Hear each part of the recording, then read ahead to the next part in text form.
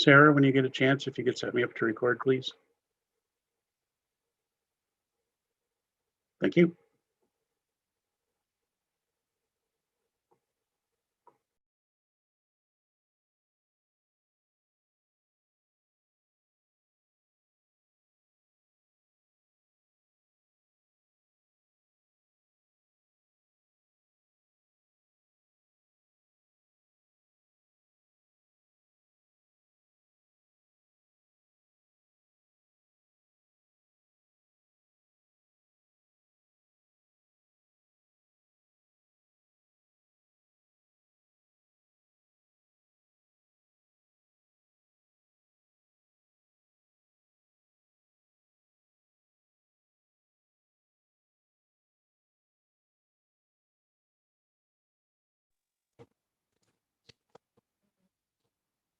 I just sent it. Yes.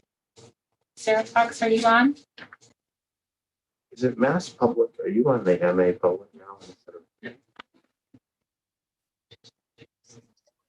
I'm here. Okay, can you hear us?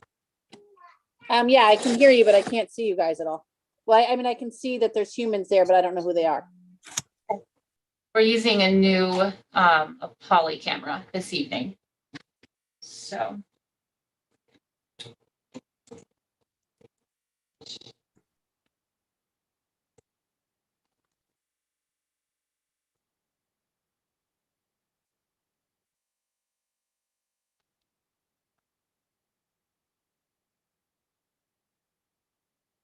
It's not connecting.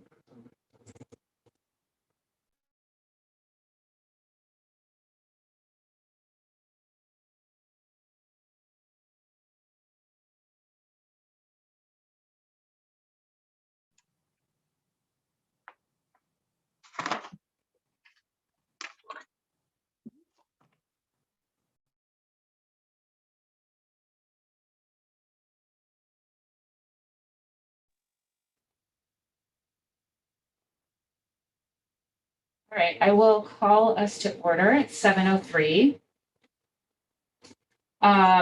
First up is our hearing on school choice, and we have it on our agenda for 7:05. So we will have to wait the 2 minutes to actually officially open that. So we will just sit tight for a couple of minutes.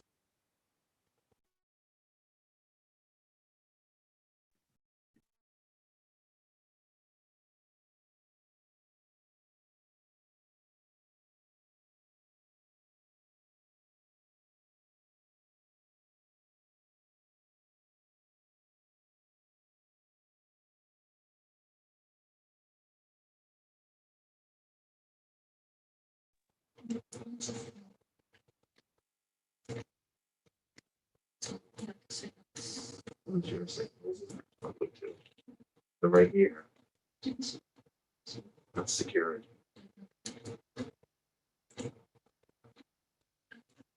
Security code.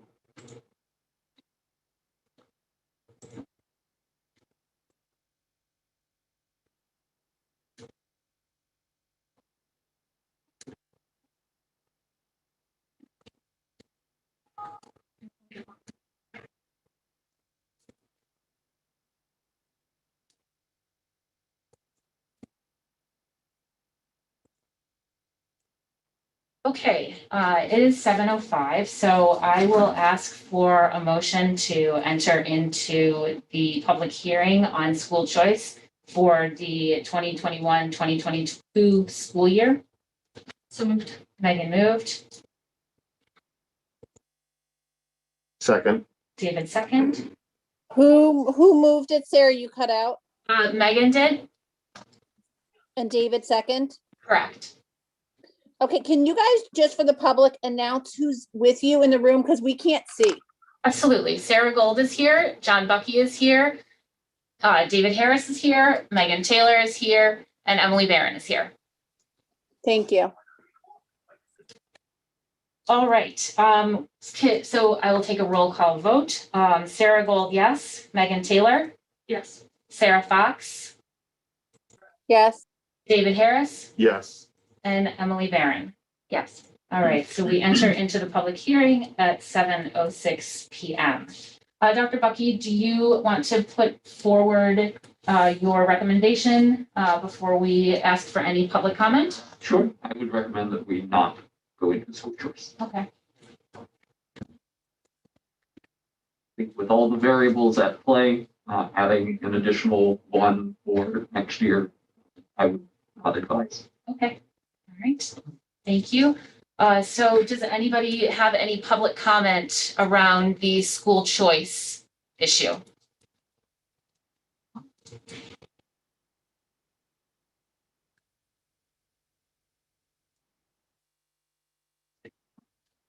All right, I'm not seeing any hands go up, so I will, does anybody on the school committee have anything to say? I do.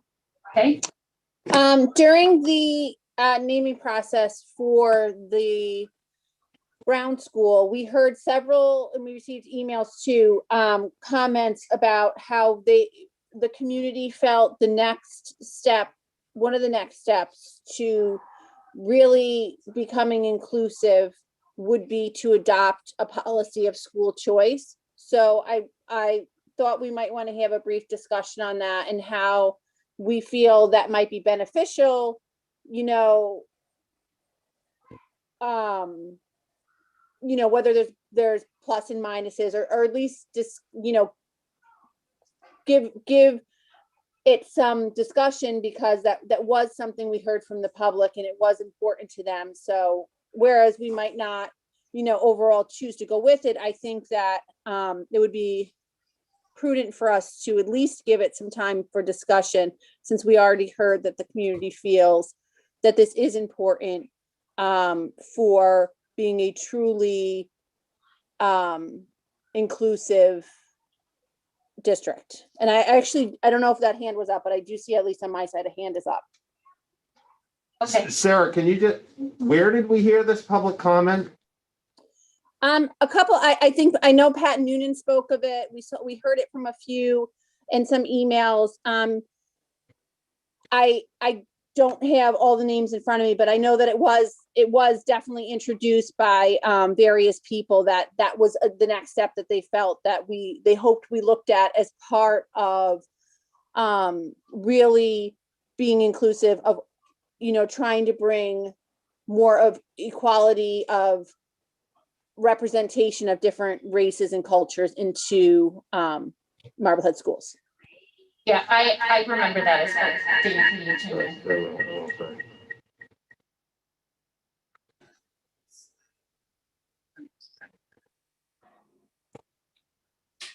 We muted? Yep. Okay. I remember that as well, Sarah. And I think, thank you for mentioning that, because I do think, it bears noting. In the way that I thought about it coming into this meeting, I think it's a difficult thing to do for next year because of all the variables that we're still unsure about. But I would, assuming that, next year is far closer to normal, and then the year after that is even closer, or hopefully completely back to normal. I would like us to take a look at this moving forward. I don't know of a time when Marblehead has done this, but I think it would be worthwhile to really look at and decide, if we're not going to do it, give some really, really solid reasons why. Yeah. Through the chair. Mhm. I would just suggest that I went to a METCO meeting on Monday where they're looking to diversify their funding and enrollment allotments to districts, and Assistant Superintendent Nan Murphy attended the session yesterday. And so we do have the option of our current allotment of students for next year, but petitioning METCO to increase our enrollment in that. I'm not sure that school choice would get you the end result that I think I hear the discussion being about. But if you would like us to explore increasing our enrollment from METCO, that's something that Nan and I would be happy to explore. Well, I think that the idea of school choice, at least from my, being more inclusive, and METCO is a fabulous program, and I'm always interested in looking at ways we can increase our enrollment. But it's all races. It's giving an opportunity for all races and all cultures outside of what our demographic, I mean, our demographic in Marblehead is definitely slated very clearly in one direction. And I think it was more the idea of Agree with that. showing more of a melting pot, if you will. I mean, that's definitely probably not the best description, but just, you know, bringing in other races, other cultures, being more, you know, just opening up our doors a little bit more. And I think that was the point of view. And again, I know I see Erin Noonan's hand up. Her family was one of the families that spoke to this. Since the hearing's still open, I mean, I would encourage us to hear a little bit from the public right now. Yeah, absolutely. We were just talking as the committee, and then I'll absolutely call on Erin. Megan, what did you have to say? Sure. Well, I agree with increasing Metco for sure. With school choice, I guess I don't know much about it for Marblehead. What schools does it open it up to? Because I know sometimes it's just certain districts that get to come in. So I think there's a lot more information we need. I don't think it just opens it up to anybody. I think you can open it to. It's districts that are enrolled in the school choice program. So it's Any any district district? That's It's enrolled. enrolled. Yep. So I think it's important to find out what those districts are, who could potentially come. I mean, I think there's a lot of information that we need before we say go ahead. I mean, is there a negative side to someone who may come? I mean, I don't know. All are welcome, in my opinion. Well, That's not gonna drive my decision. I mean, you're saying you want it to open it up to make us more equitable, but we don't even know if, you know, Change our demographic. if it would change our demographic. It For ends up- instance, I know a lot of area towns, you know, who have a more diverse population are enrolled in school choice. That list would be very helpful. I think, you know, maybe our committee as a whole needs to, you know, take some time to research this and educate ourselves a little bit more before we take a vote on this, if we're not prepared to vote on this now. And I totally respect that you need more information, but if you don't have the information you need, then we should get that before we vote, I think. Right, and that's what I'm saying. I think we need to know exactly what the program means. I think Yeah. one of the things that came up during the whole school naming kind of process was about our commitment to diversity and inclusivity. And I think that's something, you know, that really from a district, we need to set through that strategic plan, what is our goal? And then think about how do we reach that goal? And school choice may be a piece of that. But I think we need to figure out what our district level goal and then make that plan and then execute it, rather than doing a few pieces piecemeal here and there. So that would be my recommendation. Yeah, and I think that there are so many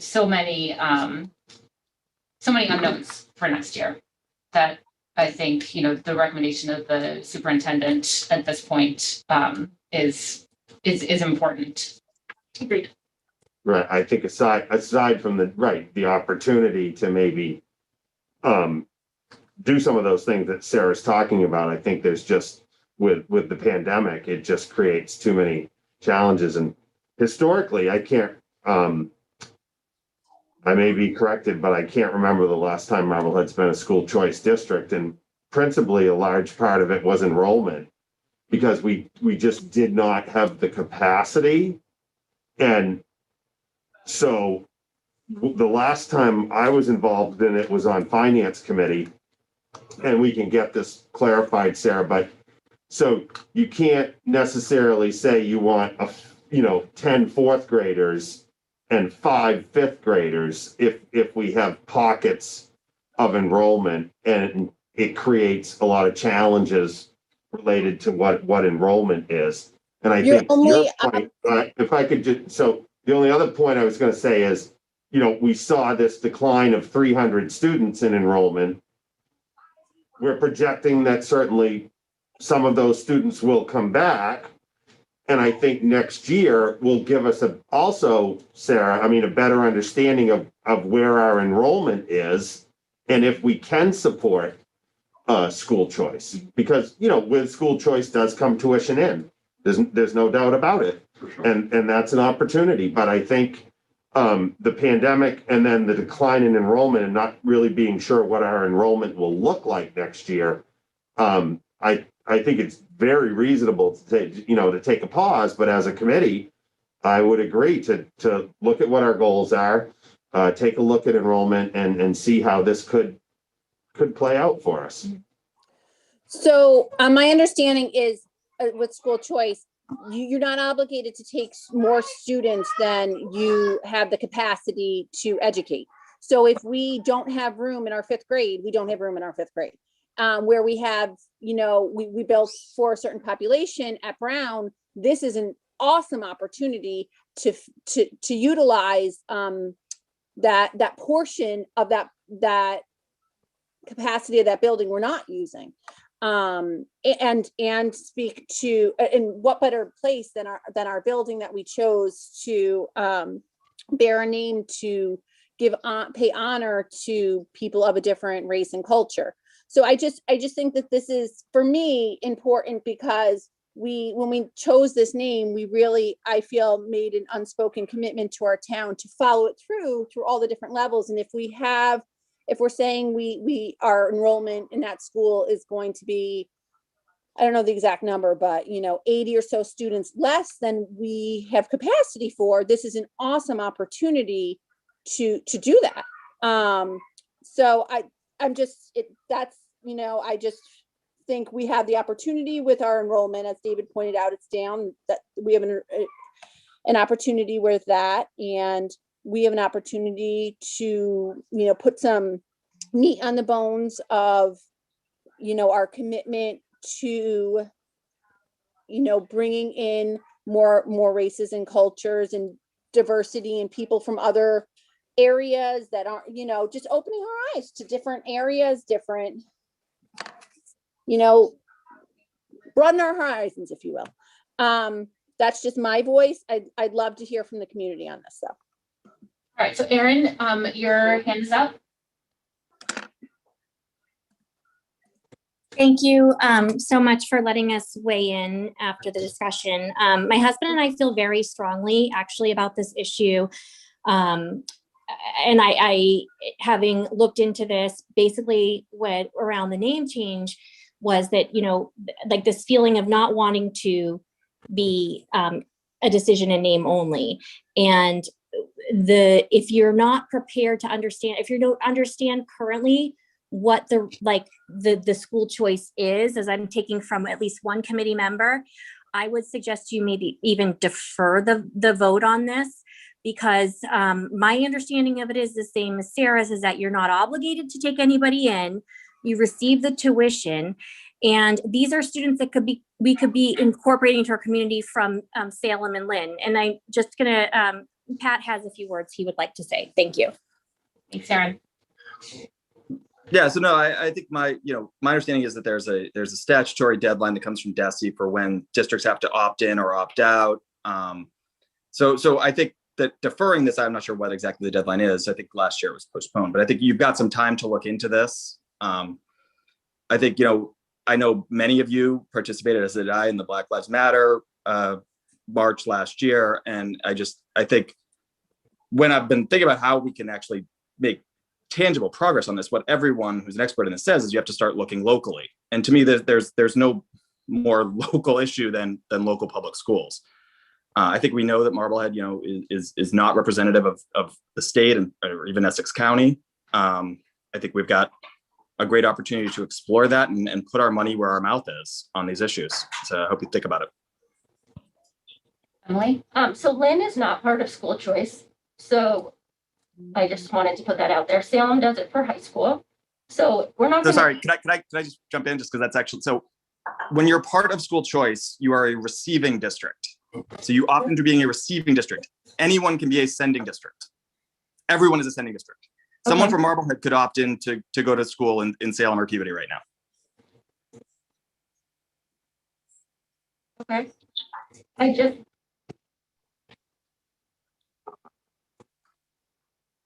Right, Christy Herbert, you have your hand up? Thank you.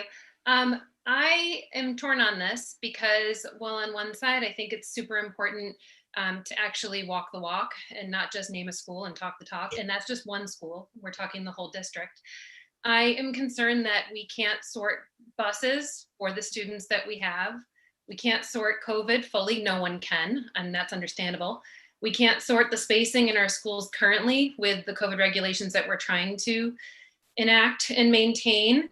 And with all of that, I do have a concern that this particular year might not be the best year to then enact what should be a well-structured and strategic plan of how to welcome students from other districts, how to make sure that we have an internal culture that celebrates and welcomes those students properly, because I want to see it be a success. And I'm concerned that moving too quickly won't give us that success. And I also fully acknowledge that this is also one of those arguments of if you never make the change, there is always going to be something preventing you from making the change. There's a million different reasons. So that's just to say I'm completely torn, but I think all of those pieces should be part of the discussion as well.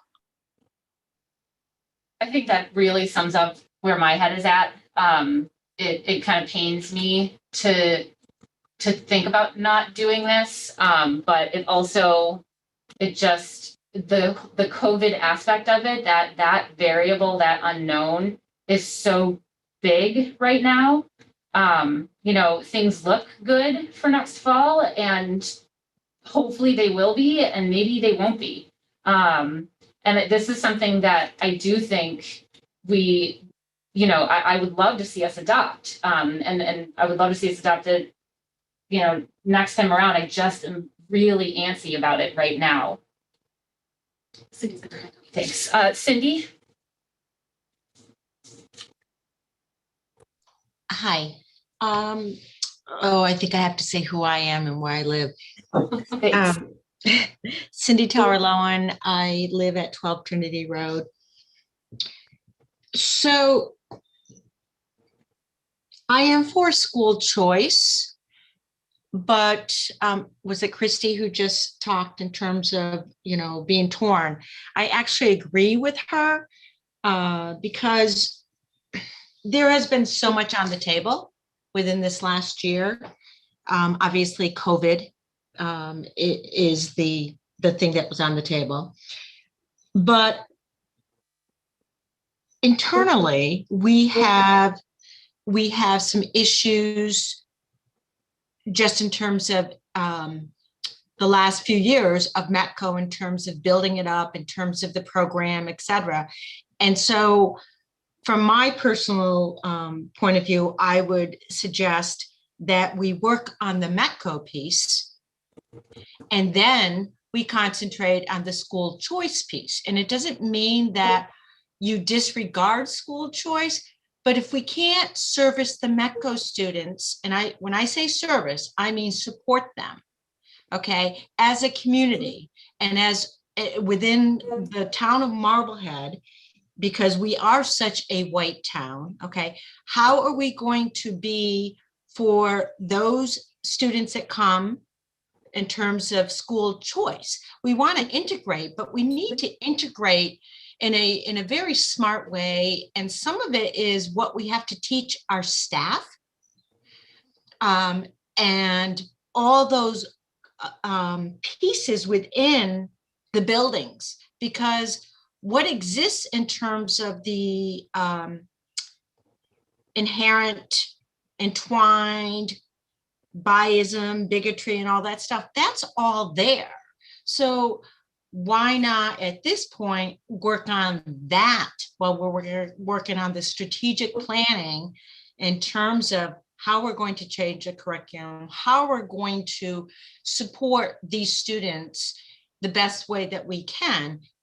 And so, for me, I would think school choice would be something down the path, but certainly we've got enough now that we have that we can work on. And I think that Dr. Bucky's strategic plan is going to be something that encompasses some of the things that I'm talking about. And if it doesn't encompass it, that would be my concern in terms of where we are as a district with teachers, staff, students, administration, all of it. And that's all I have to say. I thank you very much. Thank you, Cindy.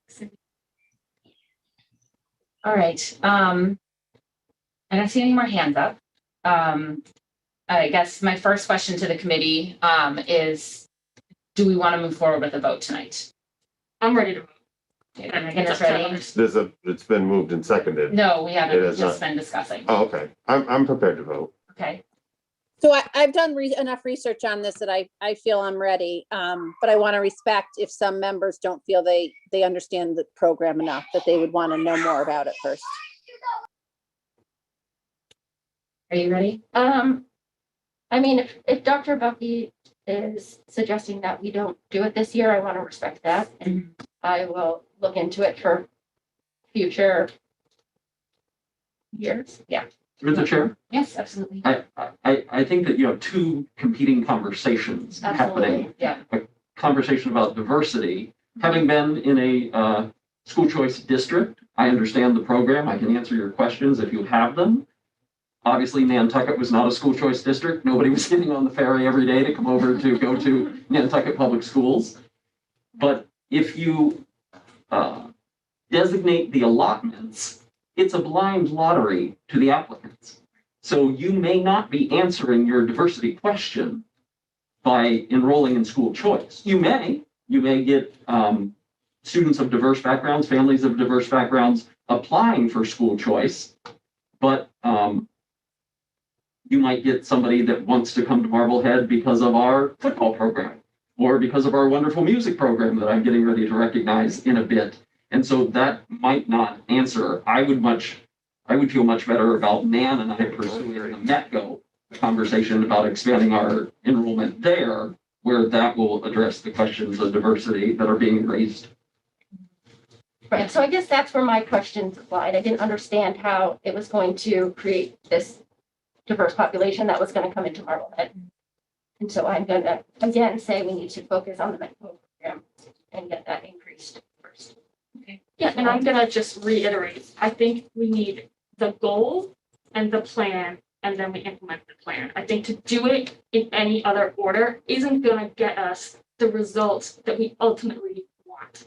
So is this something we should consider once we have the goal and the plan? Yes, I think so. But I think we're kind of going at it out of order. Okay, all right, so it sounds like we're ready to take a vote. So based on Dr. Bucky's recommendation, I will ask for a motion that the Marblehead Public Schools not participate in the school choice program for the 2021-2022 school year for the reason of lack of available classroom space. So Megan moved, Second. David second. All right, I will roll call. Sarah Gold, yes. Megan Taylor, yes. Sarah Fox, No, and the reason would be because you made it, part of the motion is lack of classroom space when we know we have empty classrooms at the new school. So that didn't make sense to me. So no. David Harris, Yes. and Emily Barron. Yes. All right, so that passes 4-1. And I think I need a motion to adjourn from the public hearing for school choice. So moved. Megan moved.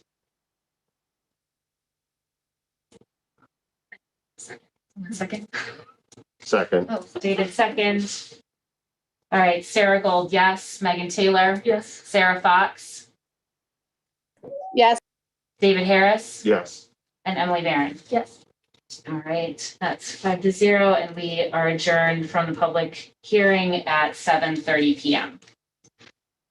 Okay, that moves us along to our commendations. Mandy Murphy, we have you up first for commendations for the village school. Welcome. Hi, everyone. Thank you for having me. My commendations this evening are for the amazing students at Village School. From the moment I walk in, not even in, outside of the building each morning, I have a group of students who have learned in PE class new dances lately. And so every morning they are socially distanced dancing outside. They have a radio that they've been playing and doing just, they're happy. They're happy being in school. And so just walking into happy students every day, it is just an awesome way to start every single day. So they're taking what they're learning in classes and being creative. They're then going outside to our recess, and we sit as adults trying to think about what recess looks like right now and what we can and can't do. And our 4th grade students are coming up with games such as shadow tag because they can't touch each other, and doing really creative activities outside at recess. So that's been really great to watch over the past couple of weeks as we've been in full days.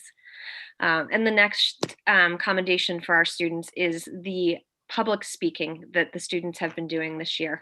And we've been doing a lot of writing with Nan's leadership on our Lucy Calkins piloting units for writing.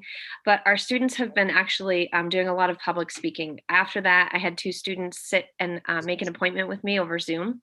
And they read their proposals to me about things that they wanted to change, such as the bathroom signs and other things around the school. It was really pretty amazing and impressive for 2 5th grade students to do this. And then we have 6th grade students who have now started something in our culture at Village School, where they're doing a morning joke. And so they are sending in videos to me, and they've started this so that now every single classroom in the building or outside of the building, students are starting to send videos every day, taping themselves, giving this joke, and just starting everybody's day on a positive note. So I think just shout outs to our amazing students for all of the hard work they're doing and all of the positive energy that they're bringing to the classroom every single day. So those are my commendations for this evening. Thank you. Thank you, Mandy. Those are great. Anybody else? Got one. So I would like to commend the board at the Magic Hat. They recently gave $7,000 to each school, so totaling $35,000. And they have worked incredibly hard, and as always, we're incredibly grateful to them. They've found a way to bring in money instead of closing their doors over the last year. And you know, they're a huge asset to this system, and their dedication. I wanted to note that. Absolutely. Agreed. Yeah, thank you. John, did you have one? I do. I want to commend the Marblehead Public Schools Music Department, who for the 7th consecutive year has had Marblehead named Best Community for Music Education. And we have tremendous music educators across the district. 2 of them came to meet with me last week to share this news and their passion and energy in a year when a lot of music education has been stifled because of COVID and restrictions on using instruments inside or singing inside or masks. And so the fact that for the 7th consecutive year, Marblehead is named a Best Community for Music Education, I just want to commend our music teachers. Absolutely. Thank you. Awesome. Yeah, well deserved on that. 100%. Anybody else? Sarah, sorry. So I wanted to commend Amanda Rivers. She's done a tremendous job at our pool testing program. In my mind, it's been a great success. She's put a lot of time into it. We kind of threw it at her unsuspectedly. She grabbed that ball and ran with it and developed a great program.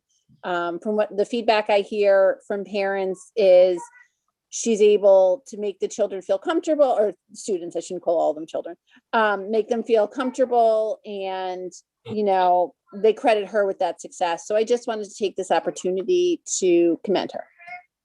Thanks, Sarah. Absolutely. All right. I think that moves us along to our student representative, Dan Howell. Dan, are you with us?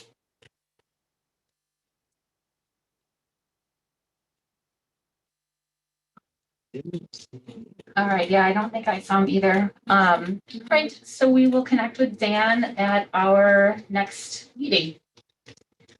All right. I'm going to move us into public comment, but before public comment begins, I need to address an issue that has come up.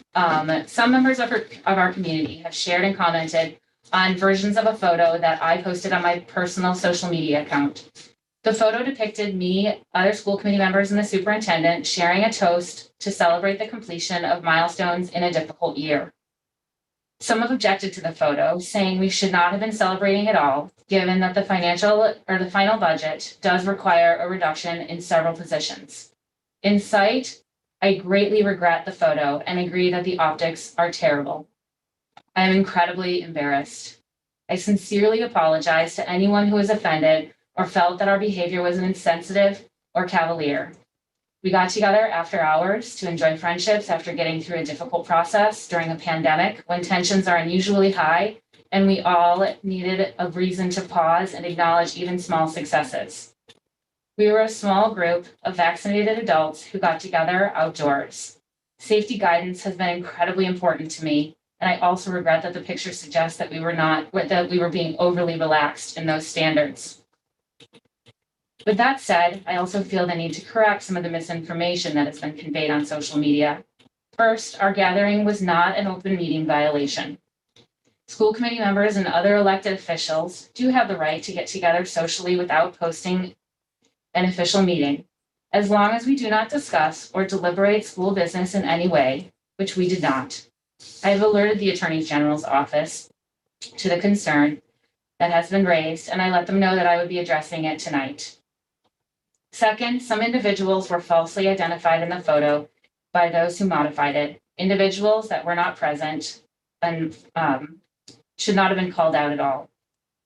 Third, we recognize that there are certain pain points in the improved budget, particularly because declining enrollments force us to restructure and eliminate some positions. It is inaccurate to state that 9 teachers lost their job. The school committee and the administrative team worked incredibly hard to maintain as many positions as fiscally possible, and where reductions were necessary to place employees in other job openings. Again, though, I am sorry for any disappointment or anger that this photo has triggered. I apologize for my poor judgment, and I ask that we can move past this and that I can get your forgiveness. So with that, I will open up public comment. Cassie Kindle, you have your hand raised? I do, but actually you've just answered most of the questions that I had, and I feel that you have addressed my concerns adequately, so I will cede my time to someone else. Thank you, Cassie. Sandra Callahan, you're next. Sandra Callahan, 25 Naugus Ave. I spoke to you guys. I have some concerns concerns I just want to share with you. I was disheartened to hear today that Amanda Rivers was not coming back, or her position was not being funded for next year. I know that at the meeting, I think last week, there was talk where one of the nurses positions was going to be cut because of consolidation. And I shared with you guys my concerns with that. I believe Sarah Gold, Sarah Fox, and Dr. Bucky, had some concerns as well. So I was really disheartened to hear that this decision was made in her, I don't know legally what we have to do, our papers, if there's a cutoff time, but considering we're in the middle of a pandemic and our nurses help keep and maintain the safety of our students, I think it would have been in our best interest to find other funding before we made this decision. So a couple of things I want to go over, and I'm sure you guys know. Let's just talk about some of the things Amanda Rivers brings to our school department. So she is obviously highly dedicated. She's a huge asset. She volunteered on the Health and Safety Committee during the summertime, which I sat on the board with her. She stepped up. Parents wanted pool testing. She stepped up and she volunteered to do it.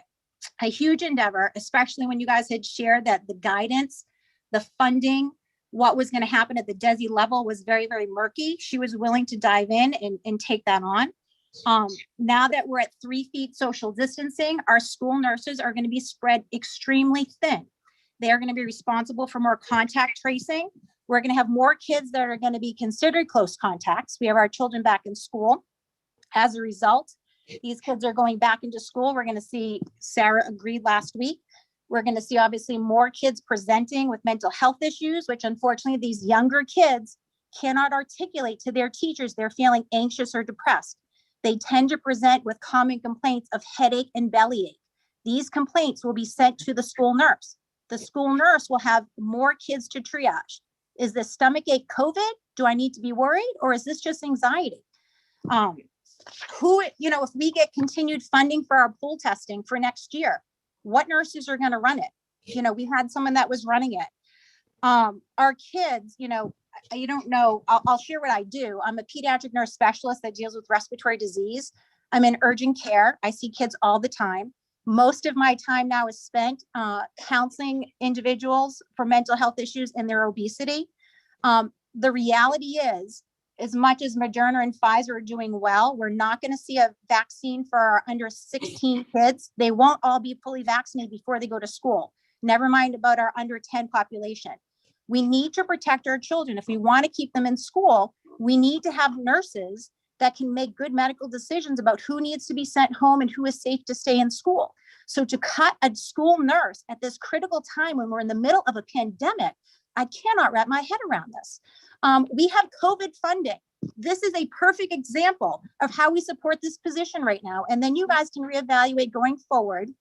I'm proposing that this position be funded with our COVID funding for next year. And then you guys reevaluate how we can still support this position in the calendar year of 22, 23. But I'm very, very disheartened to see that we want our kids back to school. In order for that to happen, we have to have the medical personnel in these schools that can help make medical, decisions to find out who's safe to be there and who's not. Thank you. Thank you, Sandra. Catherine Martin. Good evening, Catherine Martin, 29 West Shore Drive. And thank you, Sandra, for your comments. I think a lot of people feel the same way you feel. I think there was a lot of kind of outrage in the community. And if I am candid, a lot of people are afraid to speak at these meetings. And a lot of it is because of the way I've been spoken to over the last few months. I've watched this committee closely since August when the liaison positions were assigned outside of a public meeting. I watched a reopening committee operate with 2 school committee members and then post notes about school committee policy. And when I wrote a memo asking about this and referencing the open meeting law, I was, met with hostility and basically a public shaming. I watched a budget process unfold that used COVID funding for reoccurring costs. I listened to a committee member say that we have no cuts. And then I felt the pain in our community of the cuts today. The actions of last Friday night were distasteful. They were egregious. They lacked inclusion, but more importantly, they were again an open meeting law violation. Sarah Gold, Madam Chairwoman, you do not get to make that determination. The Attorney General does. And when you call and you speak to their lawyers and you share the context that a quorum was present, the superintendent was present, and the hashtags that discuss the budget, they're going to tell you that was an open meeting law violation. And I think you should self-report. If you had to call your attorney and ask them if it was, then you're too close, because you had to call your attorney when I brought up the idea of the reopening committee. As a school committee candidate last year, I heard about your grit, your integrity, your leadership. And where was that Friday night? I'm ready to hear the goal and the plan of how you rectify your actions. And I think it begins with self-reporting on the open meeting law violation. Thank you for your time tonight. Thank you, Katie. As I mentioned, I did call the AG's office and I did talk with them and self-report. So can we expect the process to move forward where you will now have to have, there is a process. Did you self-report with the form to the AG's office?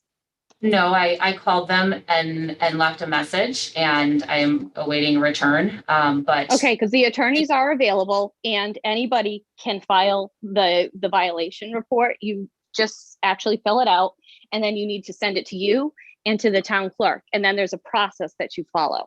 And that's how you self-report. So in previous times when I've talked with them about open meeting violations that have occurred, you call them and you report it, and then you remedy it by putting it into an open meeting. And so in the fact that I discussed the fact that we were together on Friday night, we did not talk about any school business. So there was no school business to be brought into a public meeting. And so I will absolutely follow up on the matter, because I understand the seriousness. I am a rule follower at heart, for sure, and have no desire to break open meeting law. And so if there's any further remedy that's needed, I will absolutely take action on that. Jen Schaffner?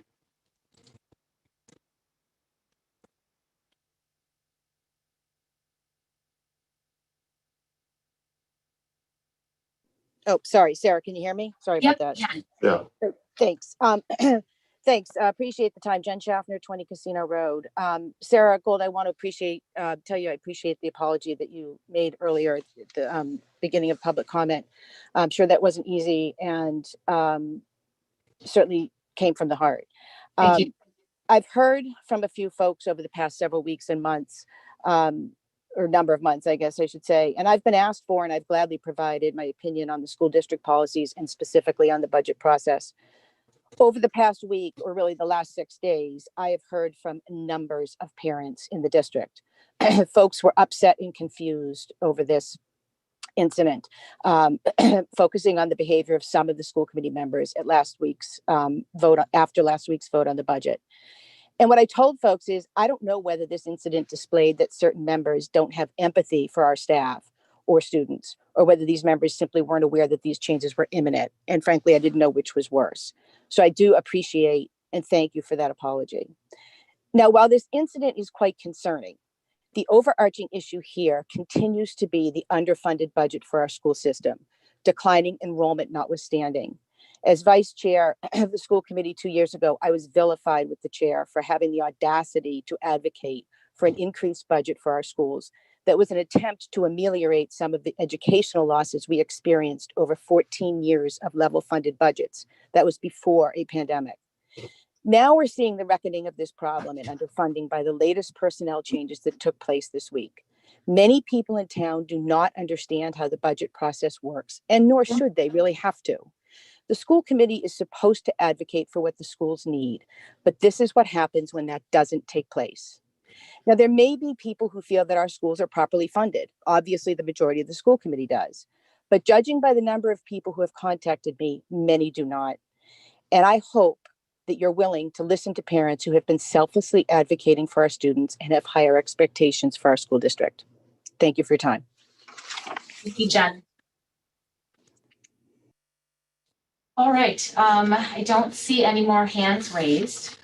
So I will move us. Sarah, Yeah. I had planned to kind of bring this up. I didn't realize we were doing this at this point in the agenda because I thought it would be more a new business piece, and I didn't want to interject during public comment because we don't respond to public comment. But I did get to an opportunity to speak with an attorney in the open meeting division at the AG's office, because as all you did, received much concern from the public, and I didn't feel it was helping anybody for us to guess or make conjecture. I'm a big proponent, and I have been for years. I've called them many times for various reasons, even when I wasn't on the board, just to go to the governing body to ask their guidance because they know it better than anybody. And they explained the process. Point of order. Can I ask just Sarah, I want you to talk, Sarah, just 1 second if I could. So point of order, we are under public comment. And I think Sarah can make comments under new business. And I'd like to just recommend that we, end public comment, and then Sarah can make her comments under new business would be my recommendation. Or we can just continue on. I mean, since the topic, it seems like the topic is related to some of the public comment, but not all of the public comment. So it's the will of the committee either way. But it's more related to speak, Sarah. To Chairman Gold's statement, but I'm happy to wait to the end if you're more comfortable. Oh, we can continue. I Yeah. think you can continue. Okay, you know, yeah, go I ahead. think she can Okay. continue. And, you know, they're always very, very informative when you call. They're very clear that they do not make any formal determinations without a formal written violation. So there's no formal answers. The only mechanism in which they make a ruling is through that process. The process they explained was, you know, someone would file it, it would come before us. We would talk about it as a committee. We would, at that point, they said, talk about who was at the supposed meeting that is in question. They called a meeting because if the assertion is it's an open meeting violation, then who was there, what was said. They go through the pieces, and it's only after disclosing that and then us deliberating as a board that we make a determination.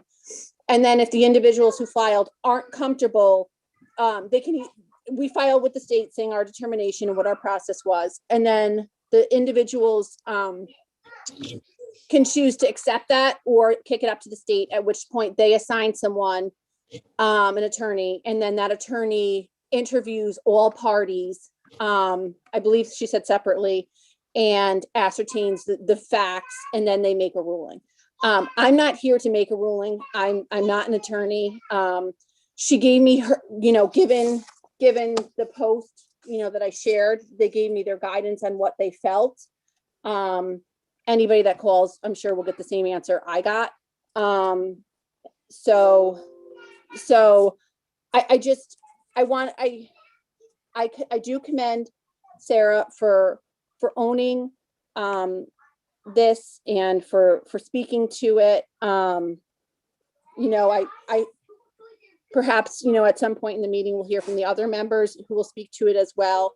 I think there's great strength in showing that and speaking to that, and I commend you for that. But I want to be careful that we don't perpetuate, you know, some of this anger in the community by us declaring it's not a violation when that's for the Attorney General's office to declare, and us as primarily as a voting body prior. And again, it's for them to speak to. I got the answer that they gave me, and I know what they told me, and anybody that calls will get, you know, I'm assuming the same answer. But I multiple times this year, we've declared things, violations are not violations. It's happened to me. I've been declared a violation, things, you know, we don't declare things. Like one individual without a motion, a second, and a vote on something, we don't declare if it's a violation or not. So I just want to speak to that and also recognize that it took strength for Sarah to speak. And I do commend you for that, because, you know, that took a lot, and that was commendable. So thank you. Thanks, Sarah. I do have another hand up right now. Since we haven't moved forward officially. Kate Thompson. Hey guys, I just wanted to say two things. Number one, I'm sitting here snuggled in my bed with my 10-year-old watching this meeting from the comfort of my home. And I just wanted to say that she and I just discussed this. And I'm so proud that she was able to sit and listen to this discussion and watch a measured conversation about a topic that's been difficult.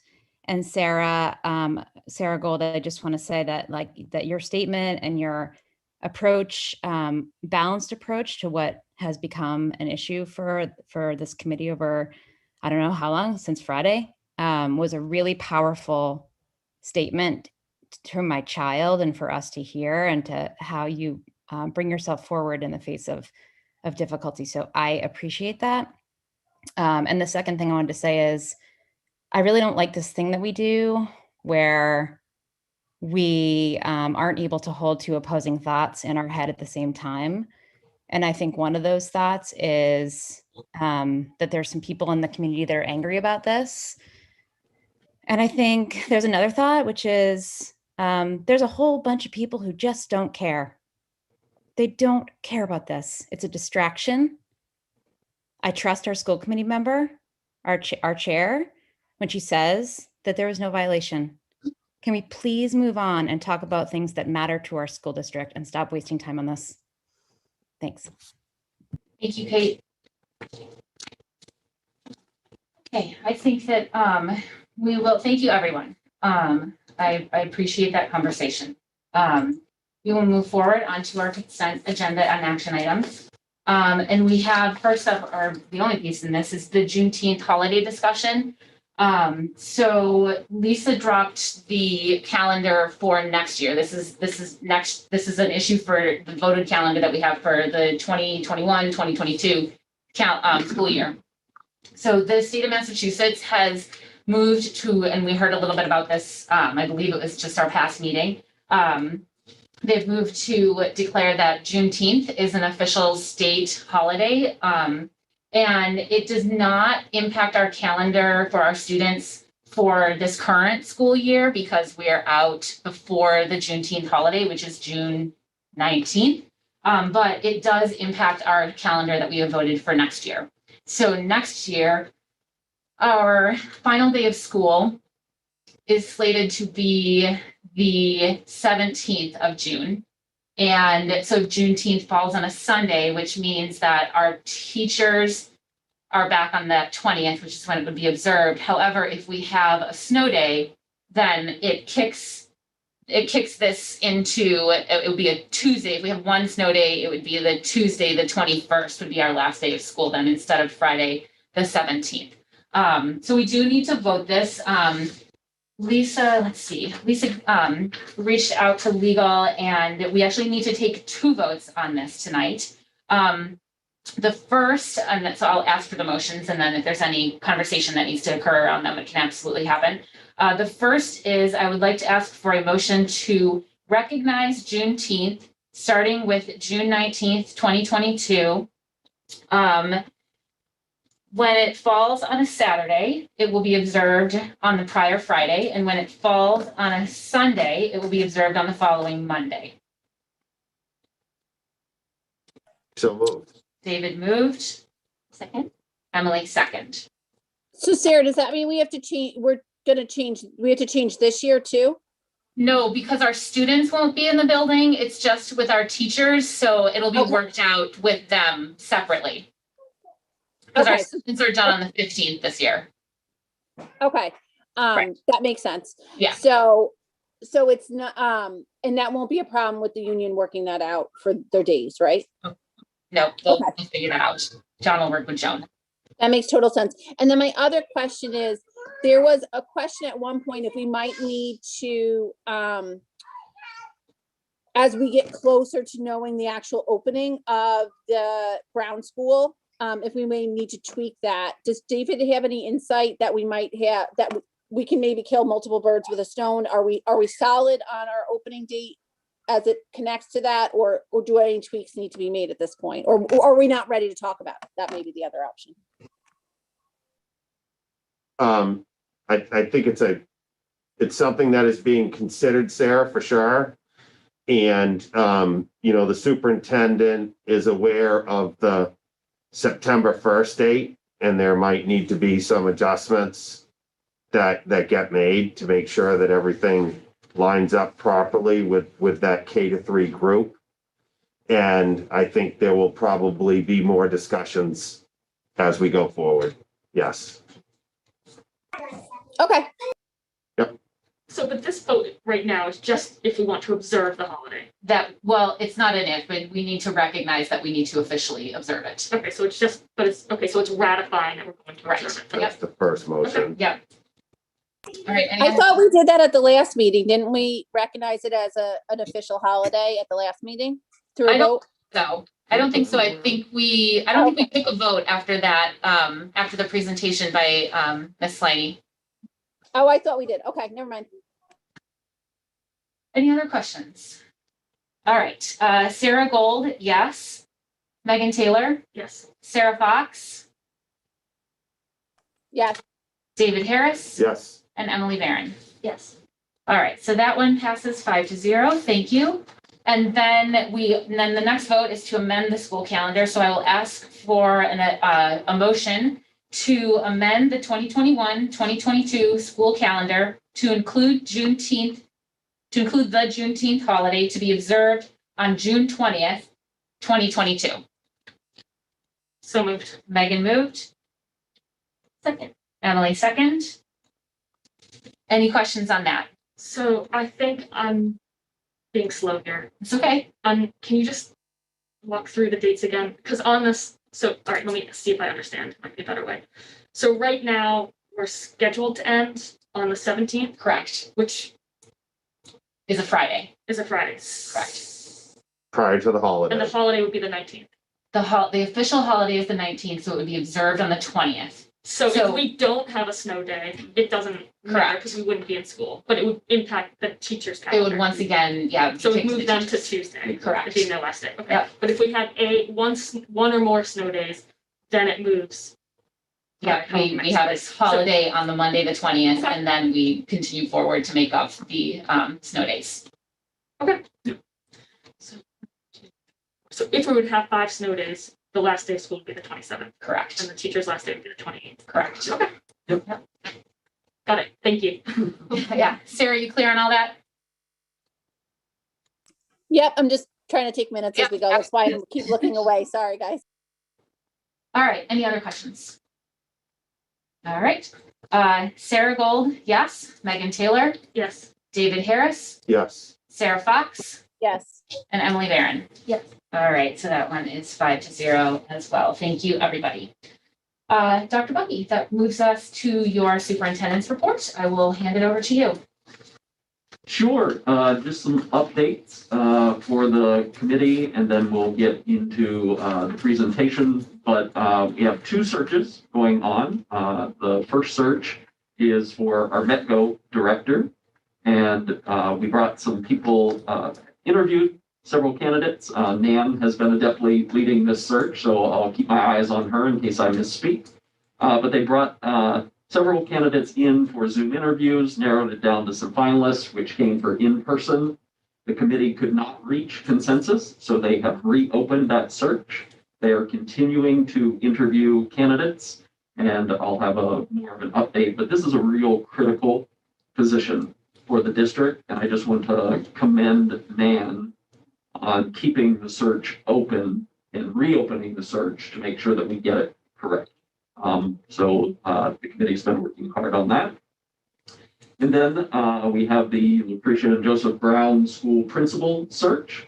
The search committee scoured through the resumes, did the Zoom round of interviews. This has been a busy week. The PTO hosted a parent forum for 2 finalists, and that is current principal Dr. Sean Satterfield and Mr. Jim Montanari. They did the parent forum yesterday. They did a faculty forum today. We will be collecting input from the parents and from the teachers who participated over the course of the next week. And then the search committee will get together on Monday, April 26th, to make decisions. So that is where the principal search is. And I think that leads us in-person learning. It is so gratifying to be in the buildings and to see schools operating as close to normally as they did pre-pandemic. And I commend Mandy Murphy. She had a situation in her building today that they handled admirably. They had a positive case at the middle school this week, which Matt Fox and his team did a great job with. And so schools are up and running and functional, and lunches are happening. And so there's something to celebrate every day. So lots of good stuff with in-person learning. And I don't want to spoil the non-update for tomorrow. There isn't actually an update, but I am sending an update. So if that confuses you, you're well with me. It's more confusing than the Juneteenth holiday. That when we return Monday, every in-person student in all schools are going full days, 5 days a week. That has been a long time coming, and that is something very much worthy of us celebrating. So I know that through the course of the pandemic, that we have been very conscious of health and safety standards, and we are very conscious of social emotional learning. I had Jack Attridge reach out to me several weeks ago and was commending us for the number of things that happen in the district to attend social emotional learning, and suggested that maybe people aren't aware of all that the schools are doing. And I know that Nan sent a really nice outline to Sarah about things that are happening in the district. And I know that Scott is going to do a presentation for us to show some pretty remarkable work in terms of analysis and how we can attend to social emotional issues. But I just wanted to give Nan 30 seconds to share some of the good things that are happening in the social emotional realm, and then we'll turn it over to Dr. Solberg for his presentation. Great. Nan, I will apologize first. I think in all of the emails that got sent out today, I did not forward yours to the full committee. So I will do that later this evening or tomorrow. Great, thanks, Sarah. And really that email was a follow-up to a conversation that you and I had in the hallway one day. Okay. It was not for any other reason than to just reconnect around your inquiry. So all right. It's perfectly fine that it's not included. I just, to echo Dr. Bucky, the teachers are just amazing. So there are layer upon layers and layers of support, but really the greatest support is in the bonds that are being built in the classrooms on a daily basis. Teachers high-fiving or virtually high-fiving, and just words of encouragement and fun that's happening again in schools. But their curriculum, and when we look at curriculum, we've got strong second steps programming happening in all of our elementary schools. We had professional development at the beginning of the school year around responsive classrooms, and that has all been broadened and deepened throughout the year. I have met and have been lucky enough to attend the high schools programming and work that they're doing both as an adult team and as student-led teams, which I think Scott's going to refer to in a bit. And tomorrow I have a meeting with Dr. Jamie Slavitt at the high school, and we're going to try to put together a parent forum where we can get some district experts together talking about what kids need from us as adults and how we as adults need to support each other in our struggles maybe that we're having with our own children in the home, conversations that we're struggling with around academics or around social emotional health, and how we can help families facilitate those conversations. So that will be coming hopefully in late April, early May to our district. We will hopefully be able to offer 2 sessions, one to our elementary families and one to our secondary families, as the needs are just vastly different and yet so similar. So that I wanted you to know is coming as a community, and just the ongoing work has just been, it's been great to see it unfold. And if anybody has any questions about what's happening, feel free to email me or call or reach out, and I'm happy to go a little deeper into it. Sarah, you got your hand up? Yeah, I just wanted to I thought this was a good place to commend all of our staff, our teachers, our custodians, our paras, everyone has just, I mean, they're all under tremendous stress, just like everybody in this pandemic is. But when you see them with our students, whether it's via Zoom or driving by a school or hearing from children that are in the schools, all you hear is like the teachers are showing up, and all the staff are showing up and putting smiles on their faces and making it positive for these kids. And that is hugely, hugely impactful for giving them a sense of normalcy. And we've had a great number of parent volunteers, from my understanding, too, these last couple of weeks that have made it possible. So it's coming together. And I wanted to just put out there that I've heard a lot of positive feedback of what we're seeing from our staff in these last few weeks. Great. And I just want to reiterate on that there are so many different layers and that everything is so personalized in our district based on student need that I've been part of some really, really worrisome conversations and seen what those resolutions for students have been. And I've been beyond impressed by the level of care and attention that kids are getting that are really struggling. The one thing I would like us to start doing, whether it's at the school committee level or the district level, I'm not sure where that's most appropriate, and Dr. Bucky and Nan can definitely help guide us on that. But where we know we'll still have a population of medically fragile children, you know, and I'm obviously speaking as a parent of a medically fragile child, but I'm speaking as a school committee member because I deeply believe as we all do, that we educate all of our students.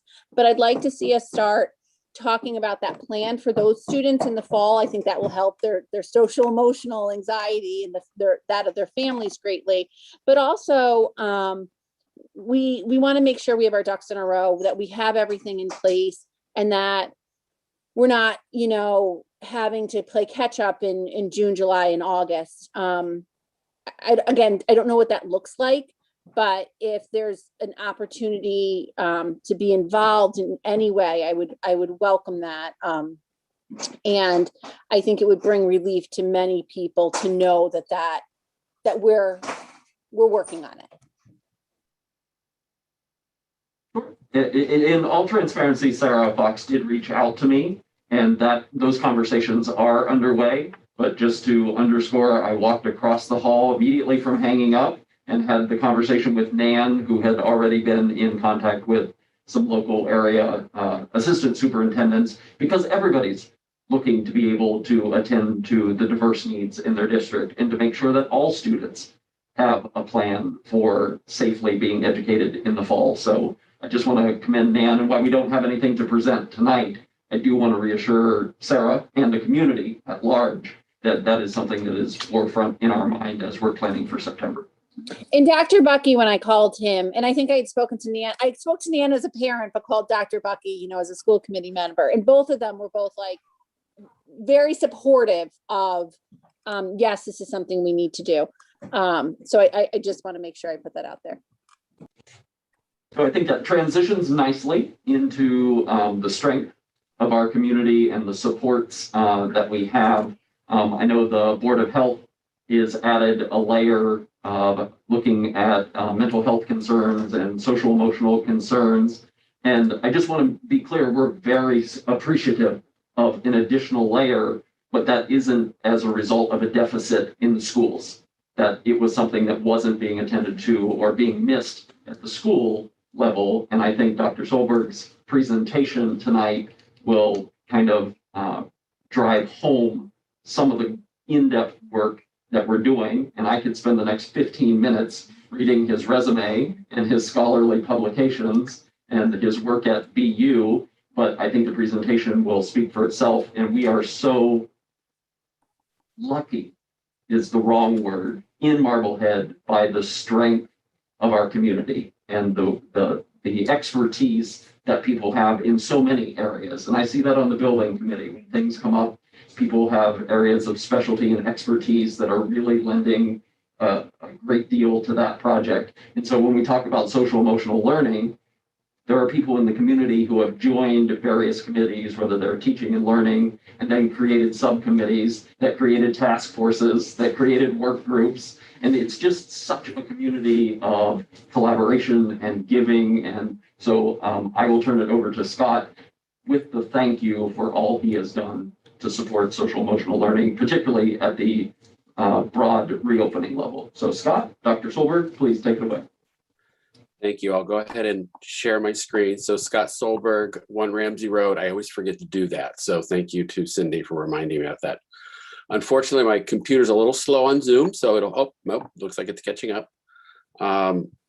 So what I'd like to do with permission, and thank you, John, that is exactly been my sentiment, is that there are a lot of parents with amazing talent. I learned that firsthand being on the CPAC and just the talent that we saw on that committee, and it just reverberates all through our town. It's amazing. And I just want to call out, I always do, Jamie Slavitt. Nan was leading this large community. We had educators, parents, we now have students, and I'm going to ask them to come and speak in just a moment because I want them to get back to homework. I'm a little nervous because I have a very stressed daughter downstairs, and so as the meeting's going on, I know they've been here the whole time, but I want them to talk with you about what they've done in taking the lead on SEL. It's phenomenal. What I'm going to report on is a survey that we worked on as a community team. We had our principals, we had Matt was on there and his staff, we had myself, we had Jamie, we had others, all kind of figuring out what can we do to get a gauge of how our students are doing in this experience. And so it was done in November. But what I would love Chloe and Tess to come off of mute to tell you what they did this spring, working with Gina Hart, bringing new people in to get this thing going. And they took the reins, and I'm just so excited. So Chloe and Tess, if you could just come off and explain what you've done and where we're at right now, because we're in the midst of another data collection. Yeah. Hi, everyone. Thank you so much, Mr. Stahlberg. So as he said, Chloe and I are part of the social emotional learning group, which is absolutely amazing. Let me just say, it's such an inspiring group to be a part of, just knowing that there's so much going on behind the scenes that students don't necessarily see with administration, staff, and just other students. It's been a very moving thing for me to see, especially as a high school senior, just to see how much people really do care about our students and our community as a whole. But besides that, so we are in a work group that is around data collection. So we actually, Chloe and I, just created a new survey that was based off of this last survey, but we want it to be more student driven. So we decided that it would be best to sort of remake this and change the questions a bit in ways that we felt students would really feel connected to, more in like casual terms or terms that if we saw as students, we would be more willing to answer. So we did the best we could with the questions they had, which were amazing, to just get some new data about being back in school and how that's affected our students' mental health. So yeah, I'll pass it off to Chloe. So one thing we made sure to incorporate in this survey is we made it anonymous versus the last survey in November was not anonymous. And I think that students felt more comfortable sharing their feelings this time. And that was clearly shown because as of today, we have 500 responses, whereas back in November, we only got 350. So it's only been around a week and we've already gotten a great response from students, which is awesome. And we want to collect this data just to get an overall feeling of the well-being of our students at the high school. And we'll then use it to incorporate more programming and resources for students who are struggling in hopes of making school just a better environment and overall positive place. Thank you. I get choked up. It is so amazing to work with these two.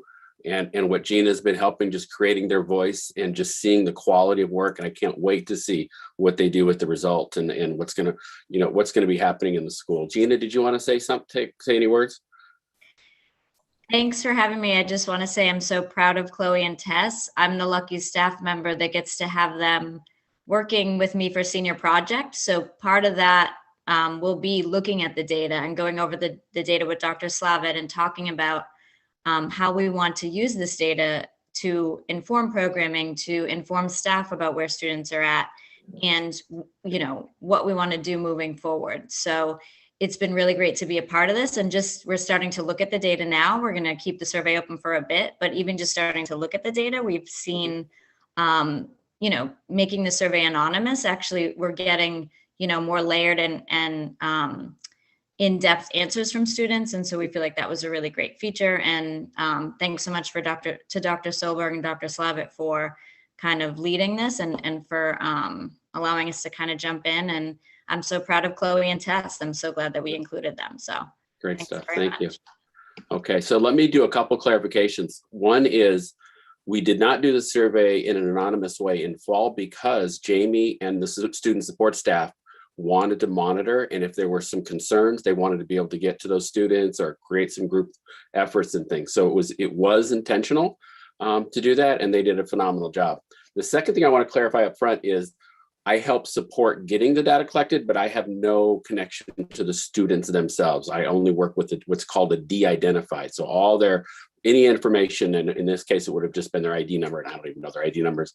All I work with is just a simple set of the data. So just want to clarify those kinds of pieces. Also, with permission, Madam Chair, I'm going to go into the world I live in, and I know that this is a whole cross-cultural exchange that may occur.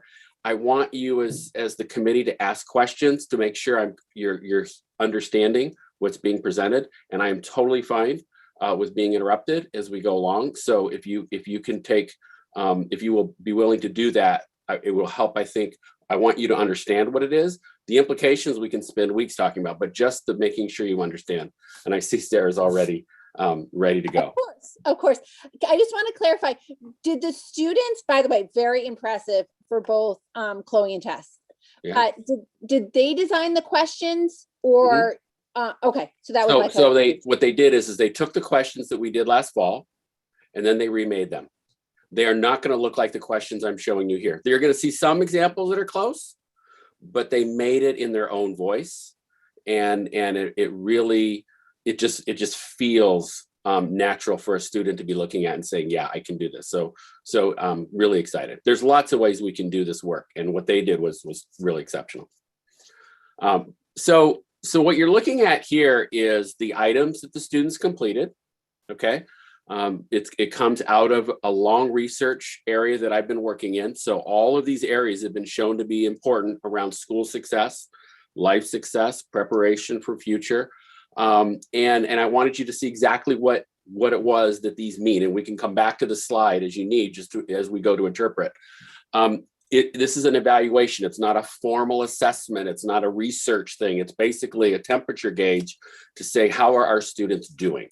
And so these are the 6 areas. And what I want to show you first, we have Village School, we have VETS, and we have the high school represented. And I want to show you what the average was. And I want to preface it, as one of my parents on the CPAC reminded me yesterday, because the average may look good does not mean we did not have students and families struggling. So I do not want this to give an impression that everything was fine. It wasn't. But there were a large percentage who were doing okay. But we also have to remember that that's an average. So where you have one average, you have below the average. And there's a lot in that as well. More importantly, I'm going to show you, focusing on this thing called future orientation and emotional psychological distress. I'm going to use those as kind of what we want to be managing, right? That those are important outcomes. We want our students to feel a sense of hope for their future, that they're moving forward, and we also want them emotionally together. And then we're going to look at how all of the different variables help predict that. And that's where we start to have a conversation about what might we be needing to think about as a district within our schools about different interventions. All of these are malleable, and that's a fancy word for saying we can change all of these. The moment they walk in the school building, we can improve on every one of these.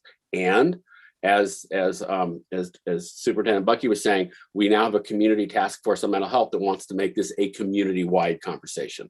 So I'm really excited about being in Marblehead right now. This is a fabulous, for those of us that are really focused on these issues, it's great. Any questions on what you're seeing here? It was rated on a 4-point scale. There are some, my daughter included, that want a 5-point scale because they want something in the middle, but they did a 4-point, so she couldn't do that. So she was complaining about this one as well, that 4-point scale. But so it was a 4-point scale. So 3 and 4s on the good side, and 1 and 2s would be on sides we'd be wondering about. Okay. All right. So I'm going to go to the first set of results. So this is now looking at just the averages, presenting a small amount because this can get overwhelming when we get too much. The first thing you'll notice on the left is that Village had a smaller sample size. So let's not go too far in making decisions about how Village was doing because it was a small sample size. You know, there could be lots of reasons for that may have shifted some of the data, right? So it could be teachers that were really excited about SEL and so really got it to their students and say, hey, I need you to take this. We just don't know what the issues were there, and nothing about Village. We were doing this at a time when everything was in flux and systems were moving. So this is nothing about Village. It's just about the fact that it was challenging. You have a good size number at vets and a bigger size at the high school, which is great. And when you're looking at these averages, then remember it's a 4-point scale. So if we're at 3 and above, we're in good shape. Academic stress is the opposite, right? So the higher it gets, the more stressed you're feeling. So it's not positive to be high. We actually want it in the 2s, right? Because if it's in the 3s, it means our students are feeling a lot of stress. We want the stress to be below 2, because if it's above 3, that means they're feeling very psychologically and emotionally challenged. So having it in the 3 category would be an issue. I'm going to slow down because it's a lot of data, and I want to be able to make sure parents as well that are out there listening can absorb it as well. So Scott, even though there's more high school students, percentage wise, it looks like we had a higher percentage of participation at vets. Oh yeah, vets was really well represented. So that's interesting to see. And then you talk about how this is an average, which is, well took. But when you look at the students that were reporting on that negative scale, were you seeing more extremes than you would expect to see in not a pandemic? Like the ones that are having trouble, are they having greater troubles? So there was certainly a small set, and it was much smaller than I think we were anticipating. And I take that from the conversation I had with Jamie about it, that they were looking at. Matt, I don't know I don't know how familiar you are with Matt's style at vets, but I don't think I can turn around without another email from Matt reminding me about something. And then he laughs at me when I didn't get the email. It's like, oh my gosh, there was one I didn't open. So so Matt really does a heavy push for parents to make sure everyone's aware of what's going on. So I have no doubt that vets probably had a higher response rate. He really does a great job. High school's bigger, more complex. It's a bigger system. So it's harder, to manage through all of that. But you can see what happened when Tess and Chloe got involved. It's exploded. So certainly probably at the high school level, it could have been it not being anonymous that may have, the students knew they had a choice and were probably not ready for it. So Scott, just a quick question. This one that we're looking at right here, that's the earlier version that was created by adults. This was the November version. Yep. So this was the one that our team created as a group. Yep. Okay. Thanks. Yeah. So these items are different than the items that Chloe and Tess were describing. Thank you. Okay. So now we're going to have some fun. And I say that because it's a little more complicated. And as a researcher, I love this part. But now what we're going to do is we're going to look at distress, and we're going to ask the question, which of these variables we'll call them variables, right? These 6 different areas, which of them are related to distress? And we're focusing right now at Village. Everyone knows that academic stress will cause emotional and psychological distress. So it's not a surprise that the higher rating they had for academic stress, the more distress they reported. And so Sarah, this kind of gets to your point, right? Which is we've got some students that are going to be in some significant areas.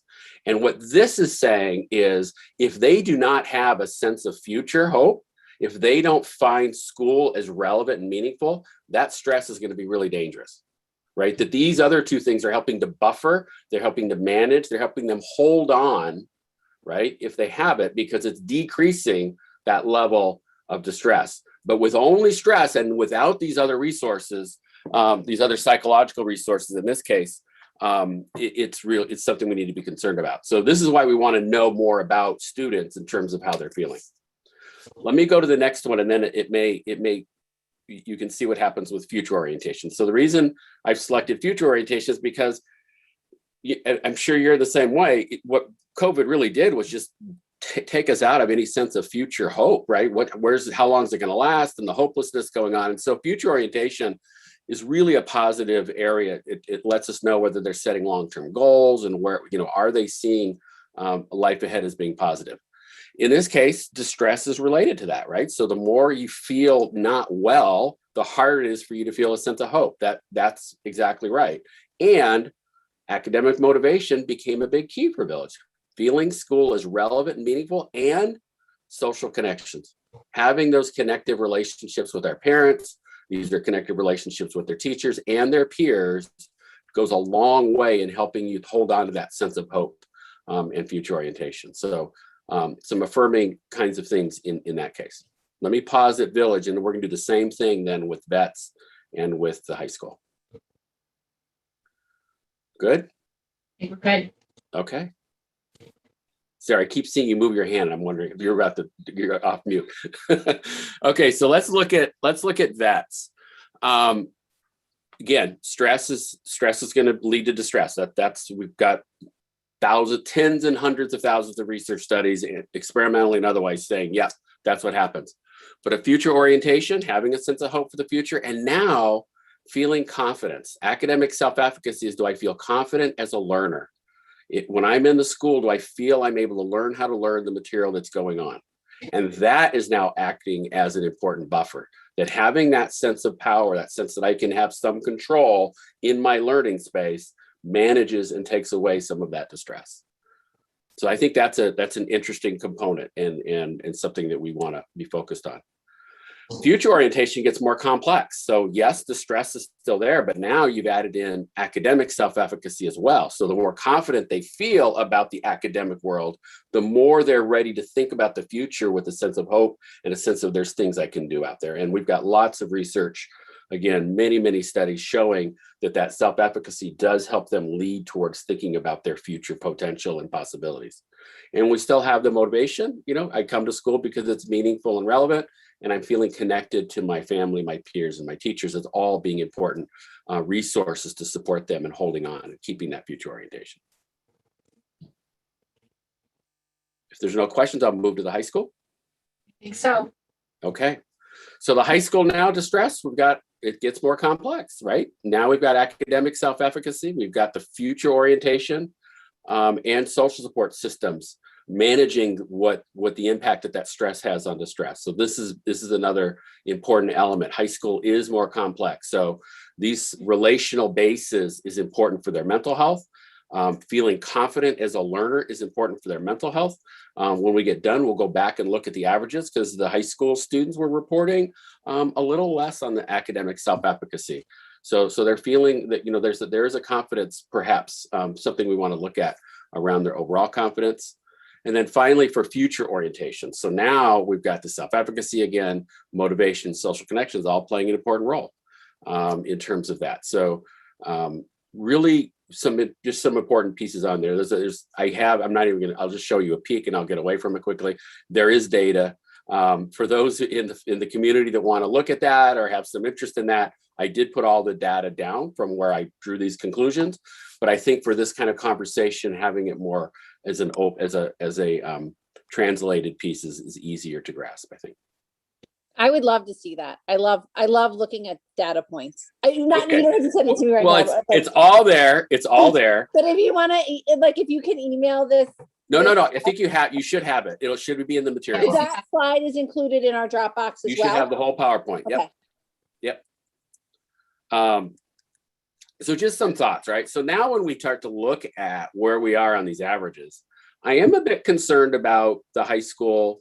The distress levels seem a little elevated more than we might like, right? Because we're saying that there's 2.56 is getting up there, right? It's a significant amount. The self-efficacy is also below a 3. So they're smart, they're getting great grades, they're active, but they're not coming away feeling confident. And I'm not sure what that's about. We'll see what the next survey brings and if we can kind of glean out of that. But I'm also excited that maybe Tess and Chloe can ask those questions directly. I think they're going to have some follow-up focus groups to kind of add some more dimensions to what's happening. The social support looks great. They're feeling connected on average. I realize we have a lot of students that don't. I don't mean to in any way minimize the struggle that so many families have gone through and children, but on the average, that seems an area of strength as our community in terms of how things are going. I get motivation would be nice if we were way above a 3 because I'd like them to find school relevant and meaningful. But it's pretty close. It's not that far off. So I'll pause. Mm-hmm. So where this survey was not anonymous, Can you talk a little bit about, if you're aware of what the interventions were, but were they identifying students that had more extreme? I worry particularly about in the feeling isolated area, because that's Absolutely. where, when someone feels isolated and alone, that's where I see, the real danger. Because if you feel you have a community, you can kind of get through these other pieces. Yeah. So I can't answer that. I know what my impression is because we spoke with them about that. But if Jamie is with us today, I think it would be great for him to kind of share. And if he's not, it's okay. I'll talk, and if he comes in, then he can take over. But what my understanding, what they did is they poured over the data at each school level. They broke out which students looked like they were having challenges in which areas. And it was from that they began looking at how's the best way for us to connect with that student, right? Is it needing a one-on-one touch? Is it needing helping with the teachers to do more SEL kinds of things to have conversations with the students in general? So you've heard about a lot of effort to help teachers. They've had pods to help teachers really bring the SEL kinds of conversations into the classroom. My son's health teacher had them all do a wellness piece where they had to define something in the life that wasn't working right now, and they had to build a plan, and then they had to test it, and they had to report back, and it was all about self-care. So not all of it was we have to go right to the student. A lot of it we can do right there in advisories to try to support these things from happening. Now, I'm not saying every teacher did it. I'm not saying it was done perfectly all the way through, but there was a lot of multiple kinds of interventions going on because this whole community that we have in student services was on it. So you had the school counselors, you had the social workers, you had the psychologists, and it was a divide and conquer type of way of going. So that's what I was hearing was going on. Gina, do you have some ideas more on that? Yeah, I can speak to that. I don't think Jamie's on, but so we have a student assistance team, which is a confidential meeting, which is clinical staff, guidance counselors, admin team, and how Dr. Slavitt was able to analyze the data was in clusters, and we identified high risk students in terms of their answers to certain questions that identified them being at risk for isolation or not having a support. And so what we did was in a confidential meeting, just discussed which students would benefit from a check-in. And a lot of times that was a clinical staff that was already working with them. And if not, it was a guidance counselor that already had a relationship with them, just to reach out and offer support. And we got a lot of positive feedback about just being able to check in with students around that. So in one sense, not having the Survey Anonymous was great for that because we were able to connect with a lot of students that we know were struggling. Mm-hmm. Gina, I want to take off. Thank you for reminding me. So Sarah, the cluster that she talked about, it's a really exciting way of taking a look at all 6 of these and seeing if there's some individuals that have multiple issues. And now we can pull them out clinically to say, here's a profile. Like you said, maybe they're feeling isolated. So you'll see the isolation, the stress, and the distress all coming together, but we're looking at social support as being probably a key mechanism in that. And so they did that analysis specifically for that reason, to see what was coming up. But I also know, in talking with Matt in terms of his feedback, pouring over and really the qualitative information, the open-ended was another level of analysis to see what students were saying. And again, all done respectively, all done privately, all done in ways that they would figure out what's the easiest supportive way to get to the students without anyone feeling like they're being, called out or anything like that. So, and it was so much smaller. Those particular number of students at that time was not a large number like we were feeling. I think emotionally, we felt like it's huge. It was not a tsunami of students that were fitting into those multiple categories. So, and I think you can see on the averages that it's bearing out. Again, there are students that are struggling. There are families that are struggling. I'm so glad, Nan, to just start focusing on the families, because that's the feedback going on too. We need help. And certainly, because I'm talking nicely doesn't mean we're not struggling in our family too. We're all in this as a community. So. Yeah, I appreciate that point too, because remembering that this was done in November, I think is a really important piece to sort of where we were all at. It was before things got so ugly over the winter. And so I'm interested to see any of those changes from the new data that comes forth. And it would we don't have it, but like I wonder what would it look like in January, February as well. Just when things were felt so unending. Yeah. So Scott, I have a question. It's Megan. First of all, thanks for the presentation. It's really interesting to see the types of questions you answer, and then kind of how it might be different, even if it's slightly different between the different age groups. And then, thinking about how each area is interrelated. So I think this is really useful. I guess my question is, with the new survey that Tess and Chloe are helping to work on, then what actions do we take out of that? Because it will have to be more global, right? Because it is an anonymous kind of rolled up survey. So then kind of what's the next step there? So I'll speak for the high school. I know Dan is on this, and he and I will be meeting next week to go over planning. And I was amazed at how any idea I had, he's already thought of, and he's asking, let's move on it. So there's a very, you've got a very visionary principal who's ready to really start figuring out ways to create the climate that needs to make this happen. A lot of this is what we're talking about is really, it is community wide. It's feeling connected to the school. It's feeling confident as a learner. These are things that kind of transcend the individual approaches. This happens through the classroom experience. It happens by having great conversations and engagement. So I think that's where Dan's going to be taking it. And so I think we're going to have some really exciting visions on that. And I'll pause there, but I hope I answer. If not, I can certainly. So is this news? Sorry, Ben. Okay. Is this where things that Nan talked about that they would start to weave in to this really broad data that where we're not looking to pull out specific individuals anymore, but kind of create systematic pieces? And then it's called, we're creating a shared definition of what the challenges are in our school. And we can't have a major system like a high school start navigating in a collective fashion if we're not all having a shared definition. And so the data, by it being anonymous, gives us the power to say, here's the challenges that are going on. We can follow up with focus groups. We can get more detail about some of these issues. But as a community, we can't really run from it anymore. There's things that they're talking about. They are stressed in the high school. I don't know, parents, I think we can all concur.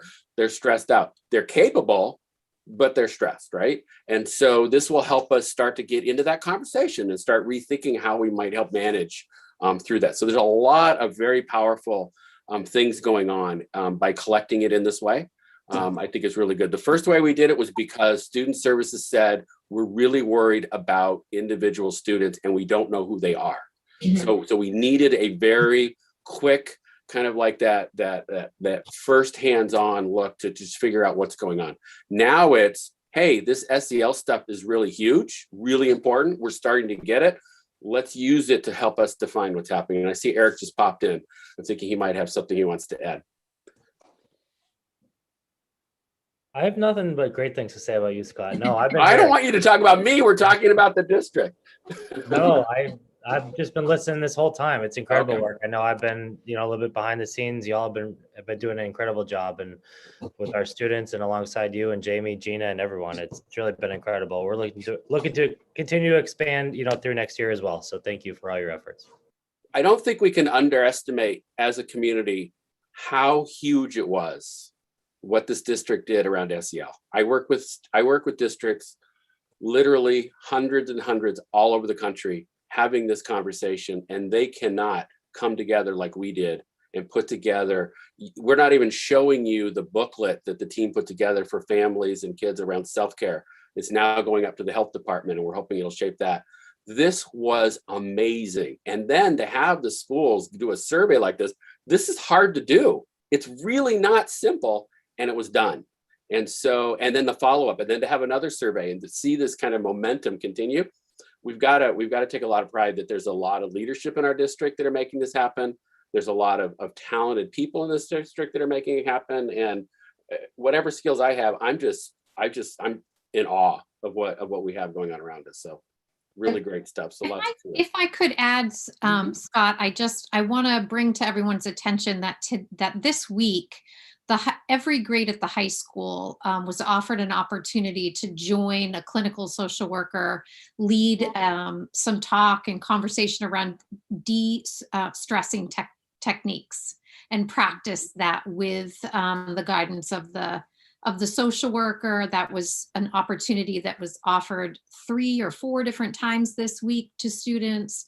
I also want to highlight Stop and Talk, which is something that the students have generated. Our high school students have come together and they're being trained by our staff on how to talk to their peers and when and where peers can find them when they need someone to talk to, and providing private, confidential spaces under the guise that if they feel somebody is unsafe, they know where to go and how to handle that. So those are 2 extremely advanced things that just are happening right now in the high school.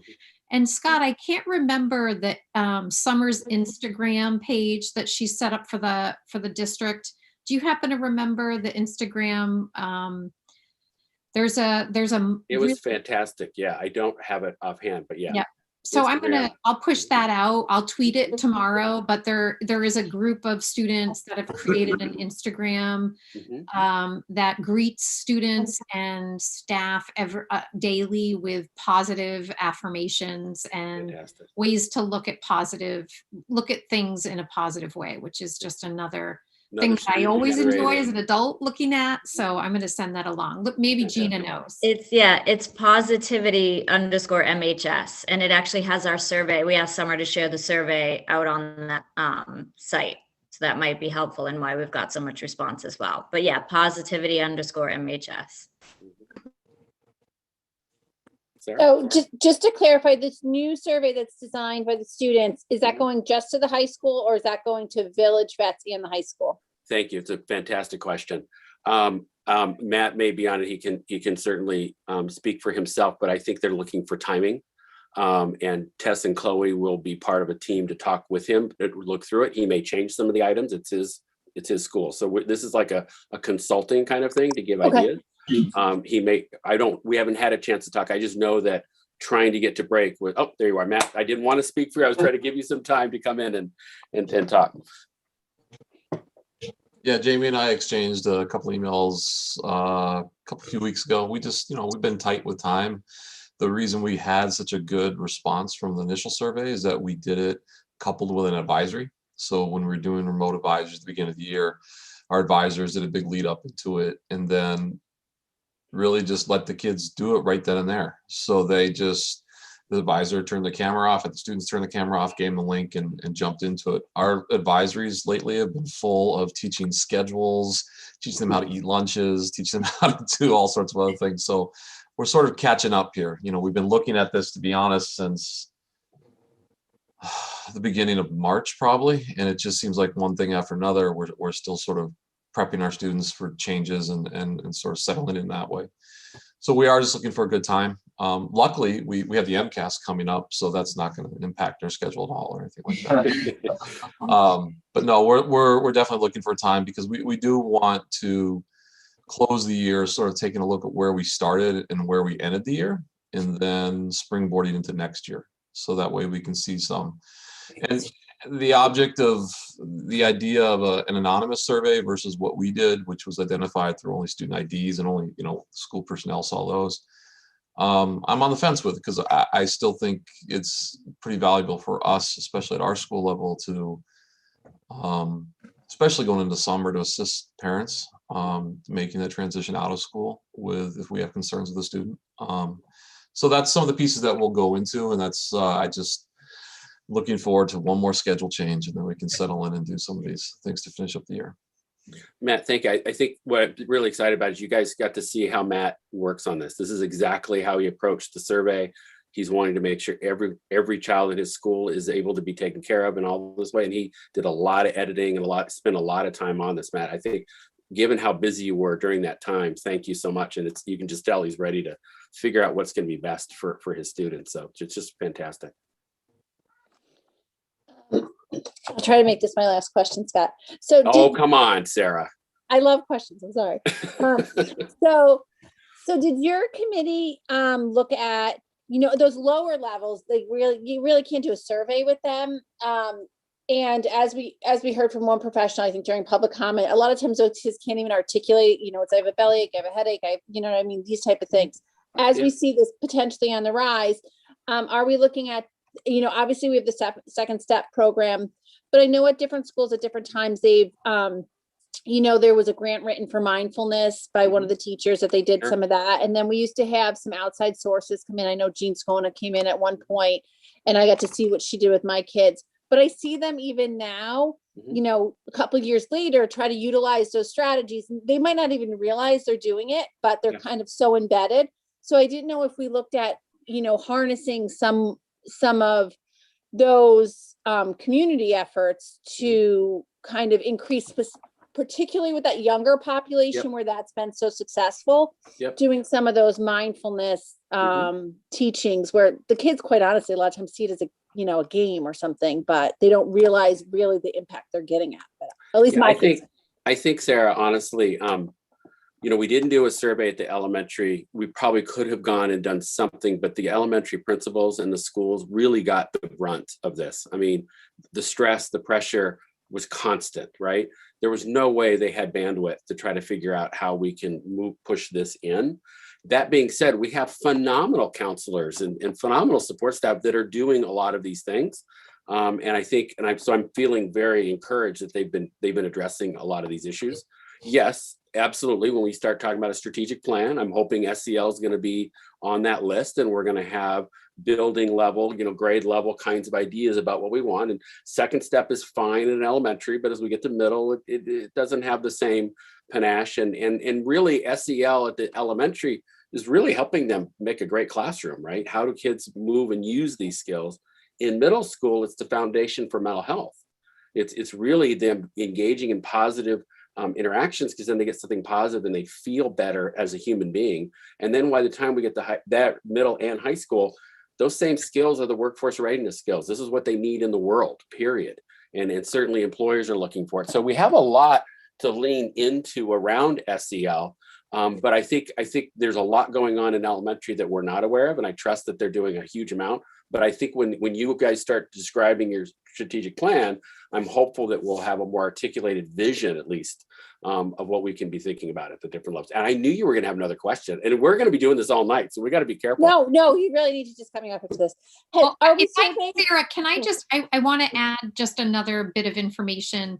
As I alluded to, we're meeting with Dr. Slavitt tomorrow, and Dr. Oxford and I, one of the things on the agenda, spoiler alert, if Jamie's on today, right now, we're going to talk to him about how do we bring some of those practices that he's been able to bring at the secondary level to the elementary level this year before the end of the year. So how can we start building some of those networks for the younger students?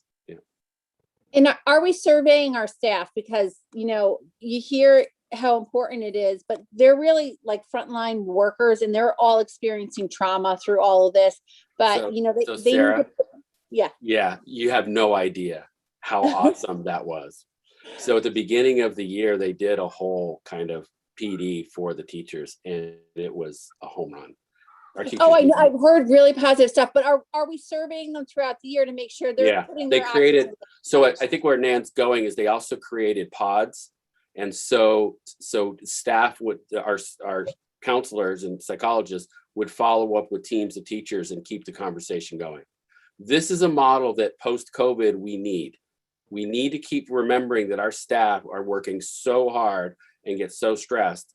They need a place where they can just talk and they can get ideas about how to connect differently with their kids. So what Nan's describing that's going on with Jamie, we need to go district wide. And so I think that's the whole point, is we really did come up with something this year that's quite remarkable, and partially because we've got great student services staff. I mean, they just are amazing. And so now they're able to really use their skills in a way that's helping our whole district. So fantastic. And then of course, our next question will be, and how can they get to us parents? We want time too. So, but anyway, yeah. Scott, thank you so much. And when Tess and Chloe get their information back, can we have you guys come again and report out from where we're at currently? Yeah, they would love it. I speak for Gina too. I think it'll be fantastic for Yeah. them to lead this conversation. It'd be great. Yeah, I just wanted to add on to that. We would love that. And also, I think this was mentioned, but both of us are doing our senior project together with Ms. Hart. And a lot of it is going to be centered around this data. And we haven't decided exactly what we're going to do with it specifically since it is anonymous. But I think the biggest thing that we're going for is spreading awareness that so many of our students do struggle with mental health stuff, especially during this pandemic. And I think that our goal is to break the stigma and show students that we have resources, so more students will be pushed to go towards those resources. So, and I also love the idea of bringing it to elementary and younger students. I actually work with kids, and something that I started implementing every day is asking them how their day was and hearing about their feelings, because I totally agree with you, Sarah. I do think that a lot of this stuff is going over their head and they're struggling silently because we can't really tell. So yeah, awesome. Awesome. Thank you, Tess. So Amazing work, guys. So Scott, this was awesome. Thank you so much. And Gina and Nan and Jamie and everyone else who's worked on it. But I also just want to say how awesome it is to have such engaged students. Like this is amazing. Yeah. And this type of thing is exactly why I personally, I'm sure everyone else, gets involved in school committee, right? So awesome job, guys. I cannot wait to see the survey results that you put together and see what that data looks like and how and if it's different, and then what we plan to do with it. So Yeah, I mean, I'm amazed. I mean, for the students, these are things that I was doing in like senior year in college and graduate school. So this is like, I'm blown away. So It's pretty amazing. yeah. Awesome. Awesome. Thanks, Tess. Thanks, Great. Chloe, if you're still on. Yeah, thank you, everybody. Thank you, Scott. And yeah, we would, we still got time left, but our meetings are dwindling at points. So we can kind of see at the end of the year. So, hopefully we can work and make sure that you're back with us before the end of the year. Thank you. All right, I think we've got one more piece, John. Sure. There's nothing that boosts social, emotional spirits like hearing about end of year activities. And Mr. Bauer, in 2.5 minutes, is going to tell you about graduation planning and prom and all of the exciting stuff that I know is on everyone's radar. And I will give a spoiler alert. We continue to wait for guidance from DESE on what is allowed, because what is allowed changes. But hats off to Dan Bauer on staying up with all this and fighting to get all of these honored traditions and end of year activities available to our parents and students. So Dan. Thank you very much. And I'll try to be under 2.5 minutes. I'll do the best I can. So, anyway, I appreciate you pointing that out, Dr. Bucky, and the fact that I know everybody's dying for information about the senior events, and we're committed to doing the best that we can. So we're doing everything we can to make sure, working with the senior class officers, senior advisors, class advisors, administration, Ms. Page, and also we've also been able to work with the Board of Health just to, as the guidance comes through, to ensure that what we're doing meets what we need to be doing.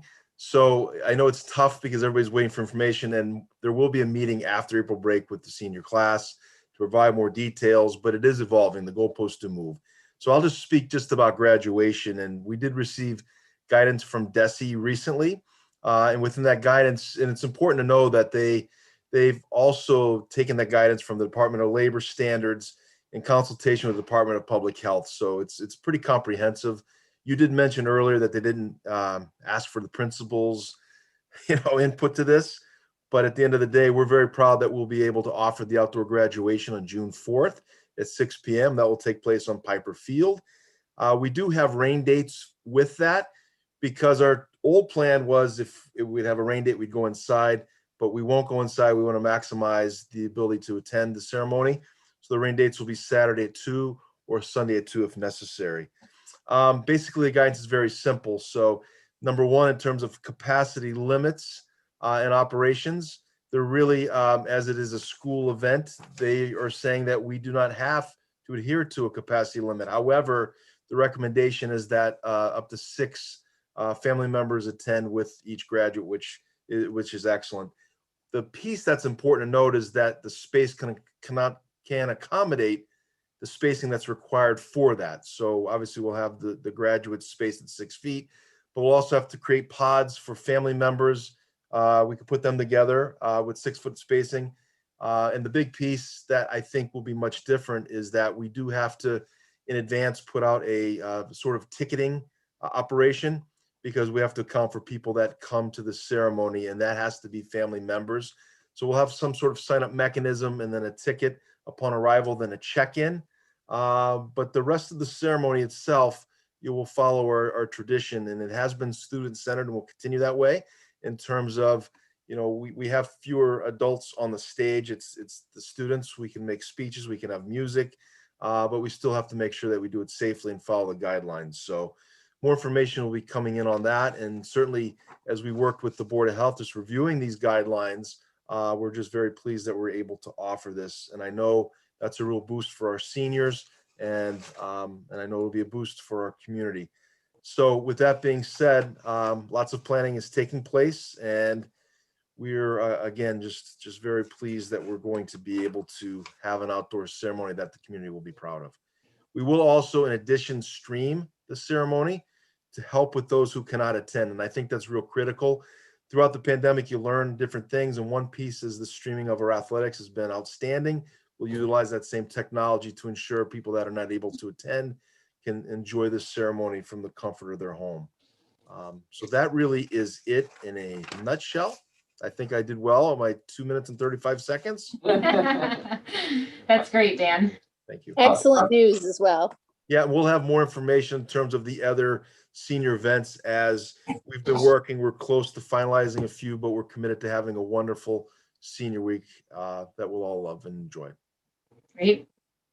So that was excellent, Dan. And I was remiss. I was so excited to get to end of year planning. I did not properly acknowledge Scott and thank him and acknowledge the work that he did, because I really think it speaks for itself, the depth of what we are doing here to attend to the needs of our students, and including student voice in that. So Tess and Chloe and Gina and Dr. Slavitz, it's an impressive presentation. You can see the excitement or hear the excitement about the work that's being done.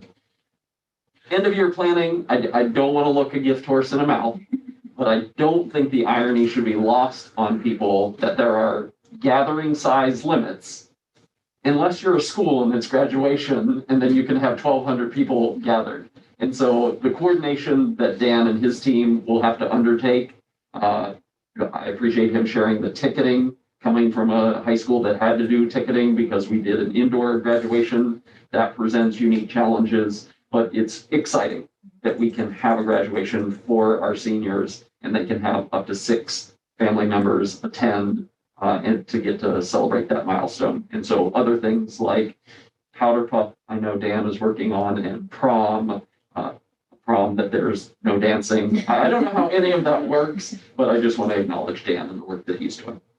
It's awesome news about graduation. And Dan, thanks also for, thinking through the live streaming piece, because I think that would be a great addition to it. So, good luck with all the logistics that are going to go around this, but, I'm thankful that you're moving forward the way you are. When you said a Our prom with team's no excited, dance, so, sorry. when you said a prom with no dancing, scenes from Footloose jumped into my mind. Which none of the kids will get the reference to. I appreciate it, Sarah, because I got it. Thank you, Dan. So it's great news. So we appreciate it. And whenever you want to come back and update us on anything further, you are more than welcome. Thank you very much. Thanks. Thanks, Dan. Thanks, Dan. All right, Michelle, that leads us to a COVID, I'm sorry. The superintendent, yes, he yields his time to the business department. Michelle, would you like to take it away with the COVID funding update? Sure. This meeting, we do not have the typical expenditure COVID reporting because we covered that 2 weeks ago, and we'll cover that in our next monthly update. I just wanted to give you a brief update with all of the rumors surrounding this new funding coming about. So we did learn of some information about the ESSER 3 grant that will be coming along, and this is actually part of the American Rescue Plan Act. So I believe this is actually just a portion of that $4 to $6 million number that the town has been tossing about. And I do not believe any additional information has come to the town on that funding yet.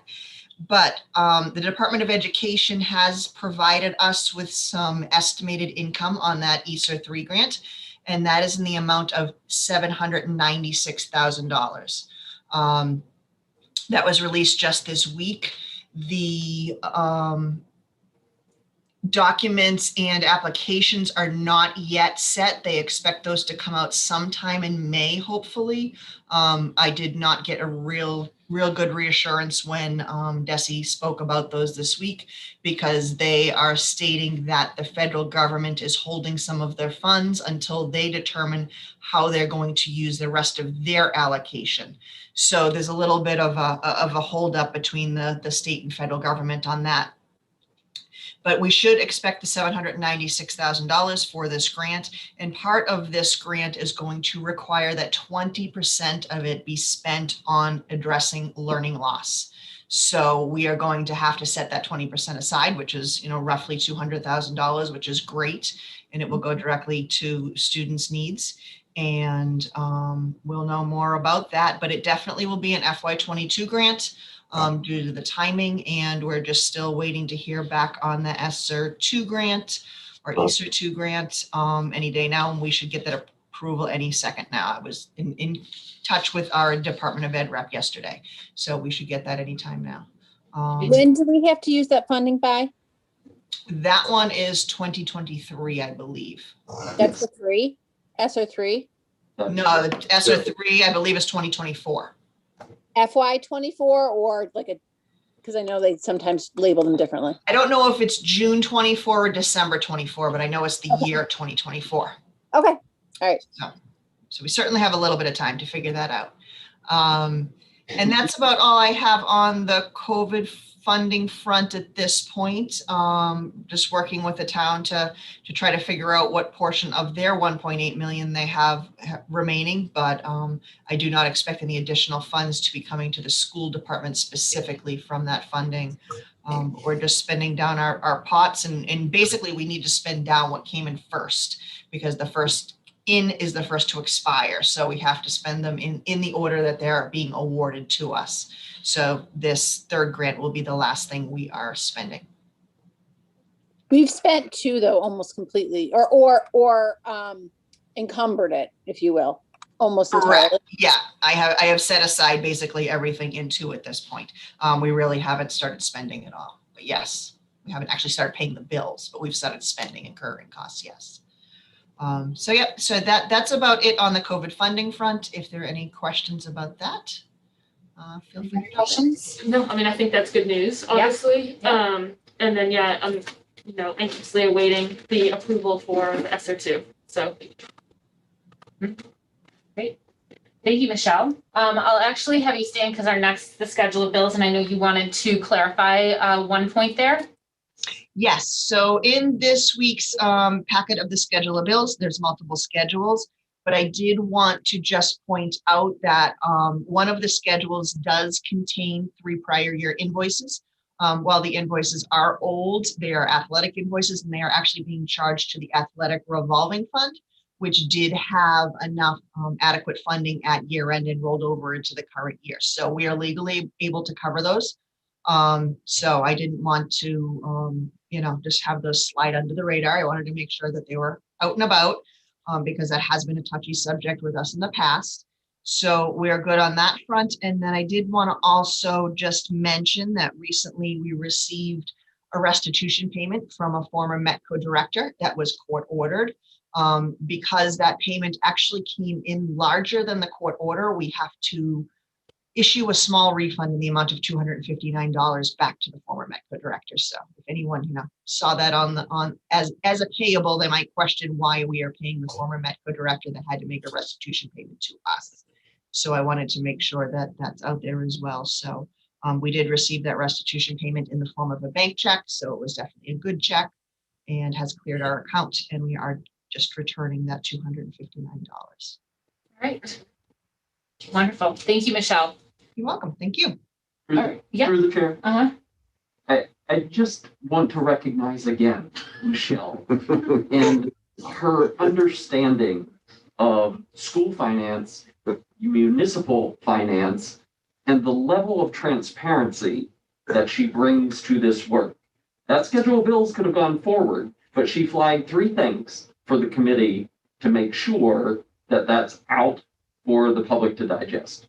And so I will, if I may, through the chair, speak to today was a procedural guideline in the collective bargaining agreement where we needed to notify staff of movement, something that the district has not been good at meeting. And so in my weekly meeting with MEA, Joan said, if people are moving, they would like to know prior to spring break. And if you could not ask for an extension of that deadline. I think we've been very open that the budget is ever evolving. And so a notification today doesn't necessarily mean that will be the end result. So I would just caution us not to get too anxious about what's happening with the school budget because we're being very open and transparent about it. We're informing staff according to the collective bargaining agreement of giving them the opportunity that things might change. And so I met with principals yesterday and said, please help people to understand that, yeah, getting a letter from the central office is very disconcerting, but that letter today may not be the end result. And so I gave a great example that the budget that we approved has Matt's reading teacher in it that he has been asking for a decade. And so I feel very good that he got that. We already have an internal grade level teacher that has expressed interest in that. If that internal grade level teacher gets that, that would open a grade level position for one of the reductions that was in the budget for that person to come back. So although a letter was received today, I think we should recognize that that is a procedural safeguard in the collective bargaining agreement where we're working with the teachers union to abide by that. But that there's still a lot of work ahead of us to do. I think that's a Good really explanation. Yeah. point to make too. So thank you. Yeah, for that. thanks, John. And of course, we all love Michelle. Know that she's Yes. amazing. Absolutely. Thank you for Yes. I'll step down off the soapbox and recognize Michelle yet again. All right, can I get a motion to approve the identified schedule of bills totaling $585,771.15? So moved. Megan moved. Emily second.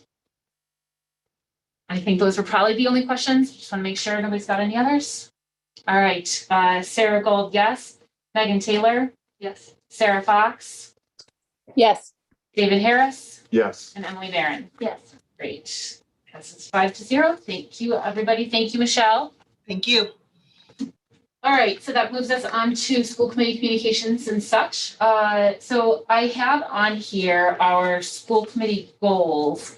I didn't see this as us kind of officially going over this. I just wanted to really point them out because we're sort of teeing up this piece with the strategic plan, John's entry plan, and then the superintendent evaluation. So I will bring these back a little bit closer to the end of the year, but I wanted to kind of put them back on our radar as I've been starting to kind of try to dig in on how to present the superintendent evaluation. Some of the things I'm learning about is how our goals fit within that evaluation. I think from what I'm understanding, we did our goals a little bit differently this year. But if everybody remembers, we did them kind of closer to mid-year than where we should have sort of had them done, probably more towards the beginning of the year, and that they would really be in conjunction with the strategic plan.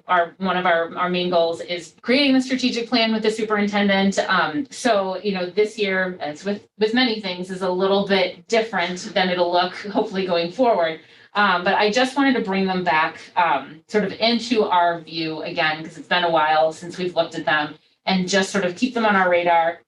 again, as we push towards all of these really large goals at the end of our year. That's really all I wanted to tee up with this. So. Yeah, I mean, I think it's good for us to look at these again and just think about how we're tracking. Because it is April, and we've got less than 2 months left. Yep.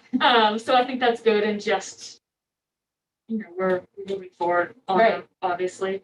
I think, you know, these ones, this was our pilot year, if you will, with goals. So at least we got them done. You know, that was kind of a long time coming. So, you know, I do think when the school committee meets again in the summer to do your workshop, we should really be kind of doing this in conjunction. So, you know, I think this was a good starting point, I guess. But yeah, there's definitely. Yep, and I think, you know, we've hit kind of quite a few of these things with the budget goal that we had. I know the facilities I think that's going to start to really come in and take shape. And then obviously, as I mentioned, the strategic plan that we're going to tee up right after April break. So, all right. Thank you, everybody. Subcommittee and liaison updates. I think policy, we are going to skip a month just to put schedules.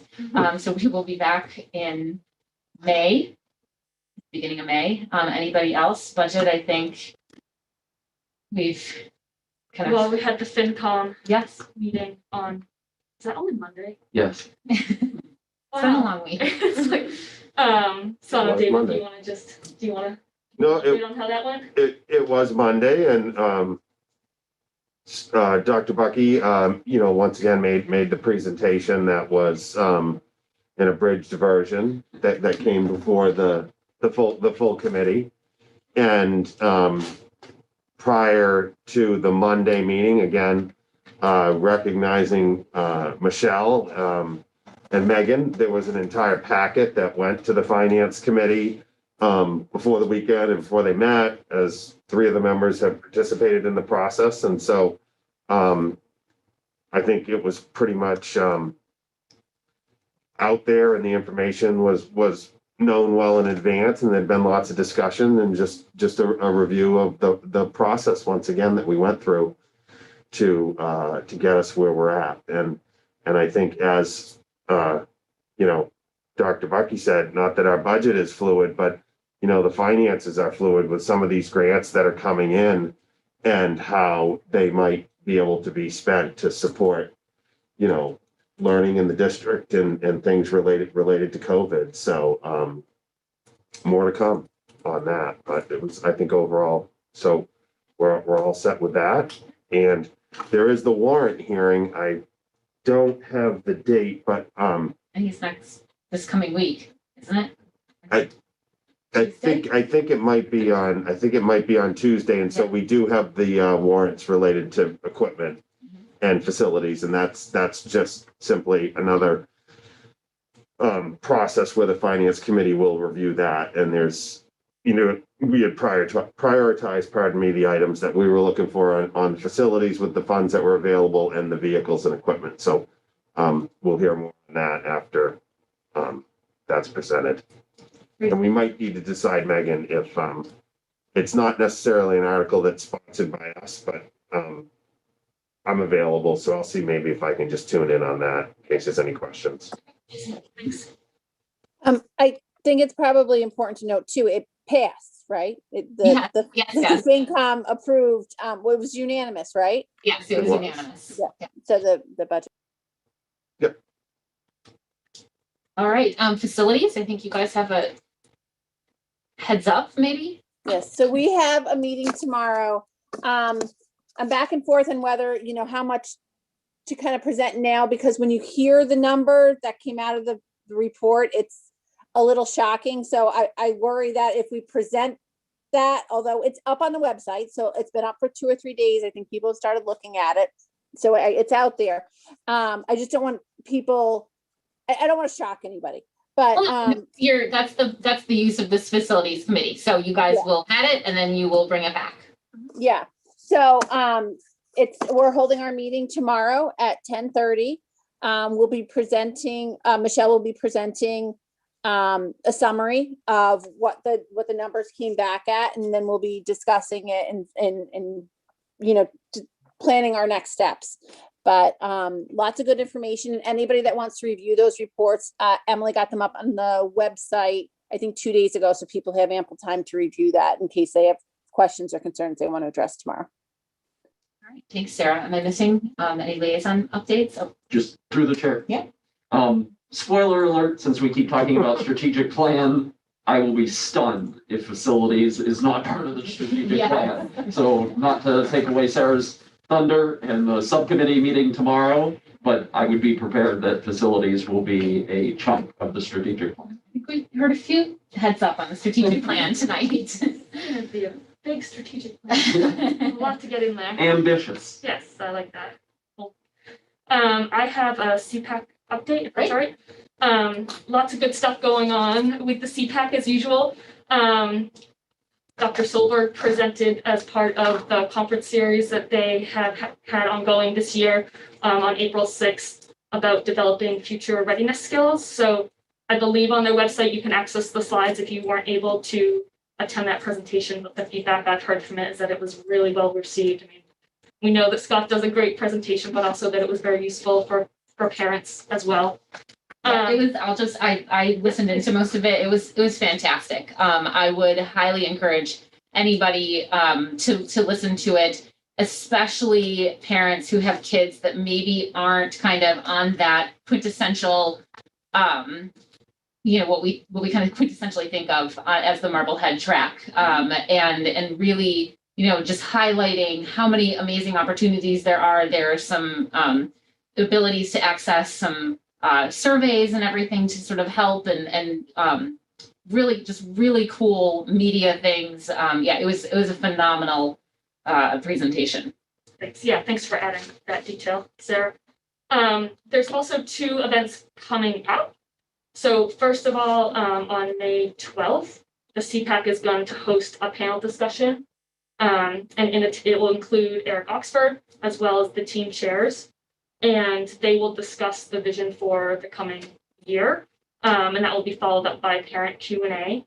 So this one, I'm gonna make a request of this committee is that we all try to listen in to that presentation. And I mean, really listen to what the presentation is, and also listen to what the parents are asking and their feedback. I'm hoping that we'll have Eric come directly to the school committee as well. But if we can kind of use this as a learning example to hear kind of what's coming, and like I said, the parent feedback, which I think is an important perspective as well. So that is on May 12th. I'll get you the exact time and all the details, but if you can just kind of put that on your calendar, I would appreciate it. And then, my favorite event is coming up, Unsung Heroes. This is the feel-good event of the year. You know how I love it.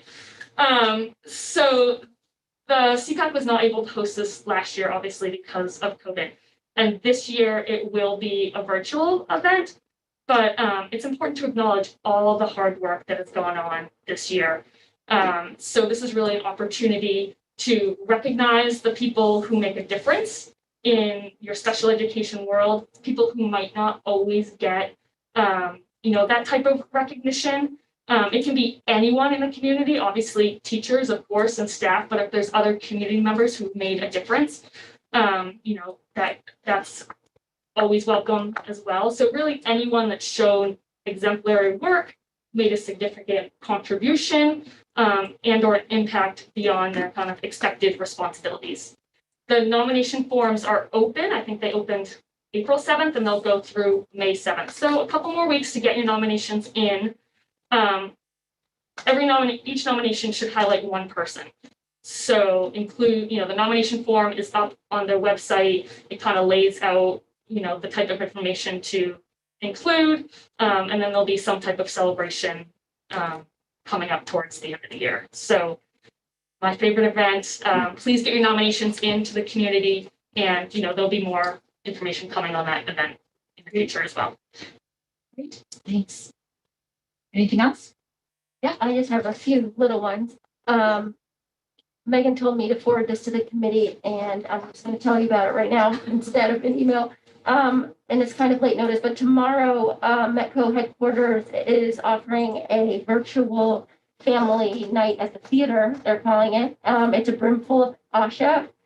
It's at 6:45. You can reserve tickets. It's free to anyone in our community. And you just have to reserve your ticket and they'll tell you how to log on. And I guess it says it's funny. It's about a mother and son and their different views on their culture. And so it's one of their events that we are able to participate in because we are a Metco district. The other thing is I just want to kind of feed up with what John said about Nan and her leading the charge of finding a new Metco director for us, because it being a part of this hiring committee, you can see the passion and how important it is to find the right person. And it's great to see all these people in our community coming, all the faculty administration who are a part of finding this person. And it's great. It shows how important this program is to everyone here and what we can do with it. Great. Yeah. Thanks, Emily. And Emily, I think we all have that movie thing in our inbox. It was part of Millie's update for the week. Oh, okay. I wasn't sure if everybody got it. So perfect. Wonderful. All right, and a building project update. So we had a building tour today that had really good attendance, members of the building committee, members of the board of selectmen. We also had a representative from the finance committee that was there, and school committee was represented. You know, Megan came and saw it. Of course, Emily's on the building committee, and so they were going to sort of give a little bit of their view of the tour today. I thought just briefly and some color, but do you want to go first? Sure. So it's really amazing to see the actual building. And we were all kind of saying this on the tour, like we've been looking at it on paper for so many years and we were walking through it. And like the paint color is up in the classrooms and it's like beautiful blues, greens, orange, yellows. It sounds like a lot, but the way that it's spaced out and the subtleness of just having the one accent wall that you can like look down and see all, I mean, it's like amazing. It's really awesome. And to Eileen, who's the music teacher at Coffin, came and got to see her music room that she's been dreaming of, I think, for 19 years. And like we said earlier, she had tears in her eyes on how amazing the space was. And it's so huge. And it's just really, I don't know, it's so great to be able to have this happen and offer this to our community. Because, you know, we talk about how the community spaces and how they can like shut off the academic part. So at night, everyone can use it, and like multiple things happening at once, because it sounded like every detail that was done was like thought about everything that could possibly happen in this space. And it's just like, it's amazing. And it was just so exciting to see. So I will agree. The building is amazing.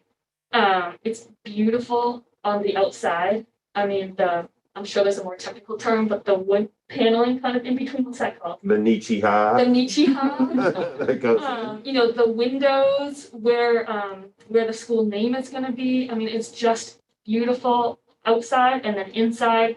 Emily's right. Every little detail has been thought of thoroughly, and it's amazing. And some of the things that I really liked was that bridge that we've seen in some of the pictures, but the way that you can kind of look up and, you know, both up to see the light and then down to see what's happening in the school. The portholes in the media center where, you know, kids can kind of cozy up and read a book. I mean, I would love a spot like that where I could, you know, and then there's so much light coming from all angles in the building, the top, you know, the windows, because there's that bridge, it opens up, you know, light to get down to the bottom floor. I think some of the details just with the soundproofing in both the music rooms and the stage area. You know, they really thought about the, like even in the ceiling in the cafeteria, they got these, it looks like tiny little pinholes so that it can absorb the sound so that it's not echoey. So really just the attention to detail, I think, was something that stuck out to me. And the spot where the mural is going to be, I mean, it's huge. It's going to be an amazing addition to that building. It really is, both the outside and the inside. And it's in that kind of community center or community area so that, you know, you can see it from the outside. And if you're in there for events, you can see it. And then while it still is, you know, big pile of dirt, but the outside space up there is going to be amazing. It really is just going to be amazing. So David, thank you for organizing that. It's really exciting to see it start to come to fruition.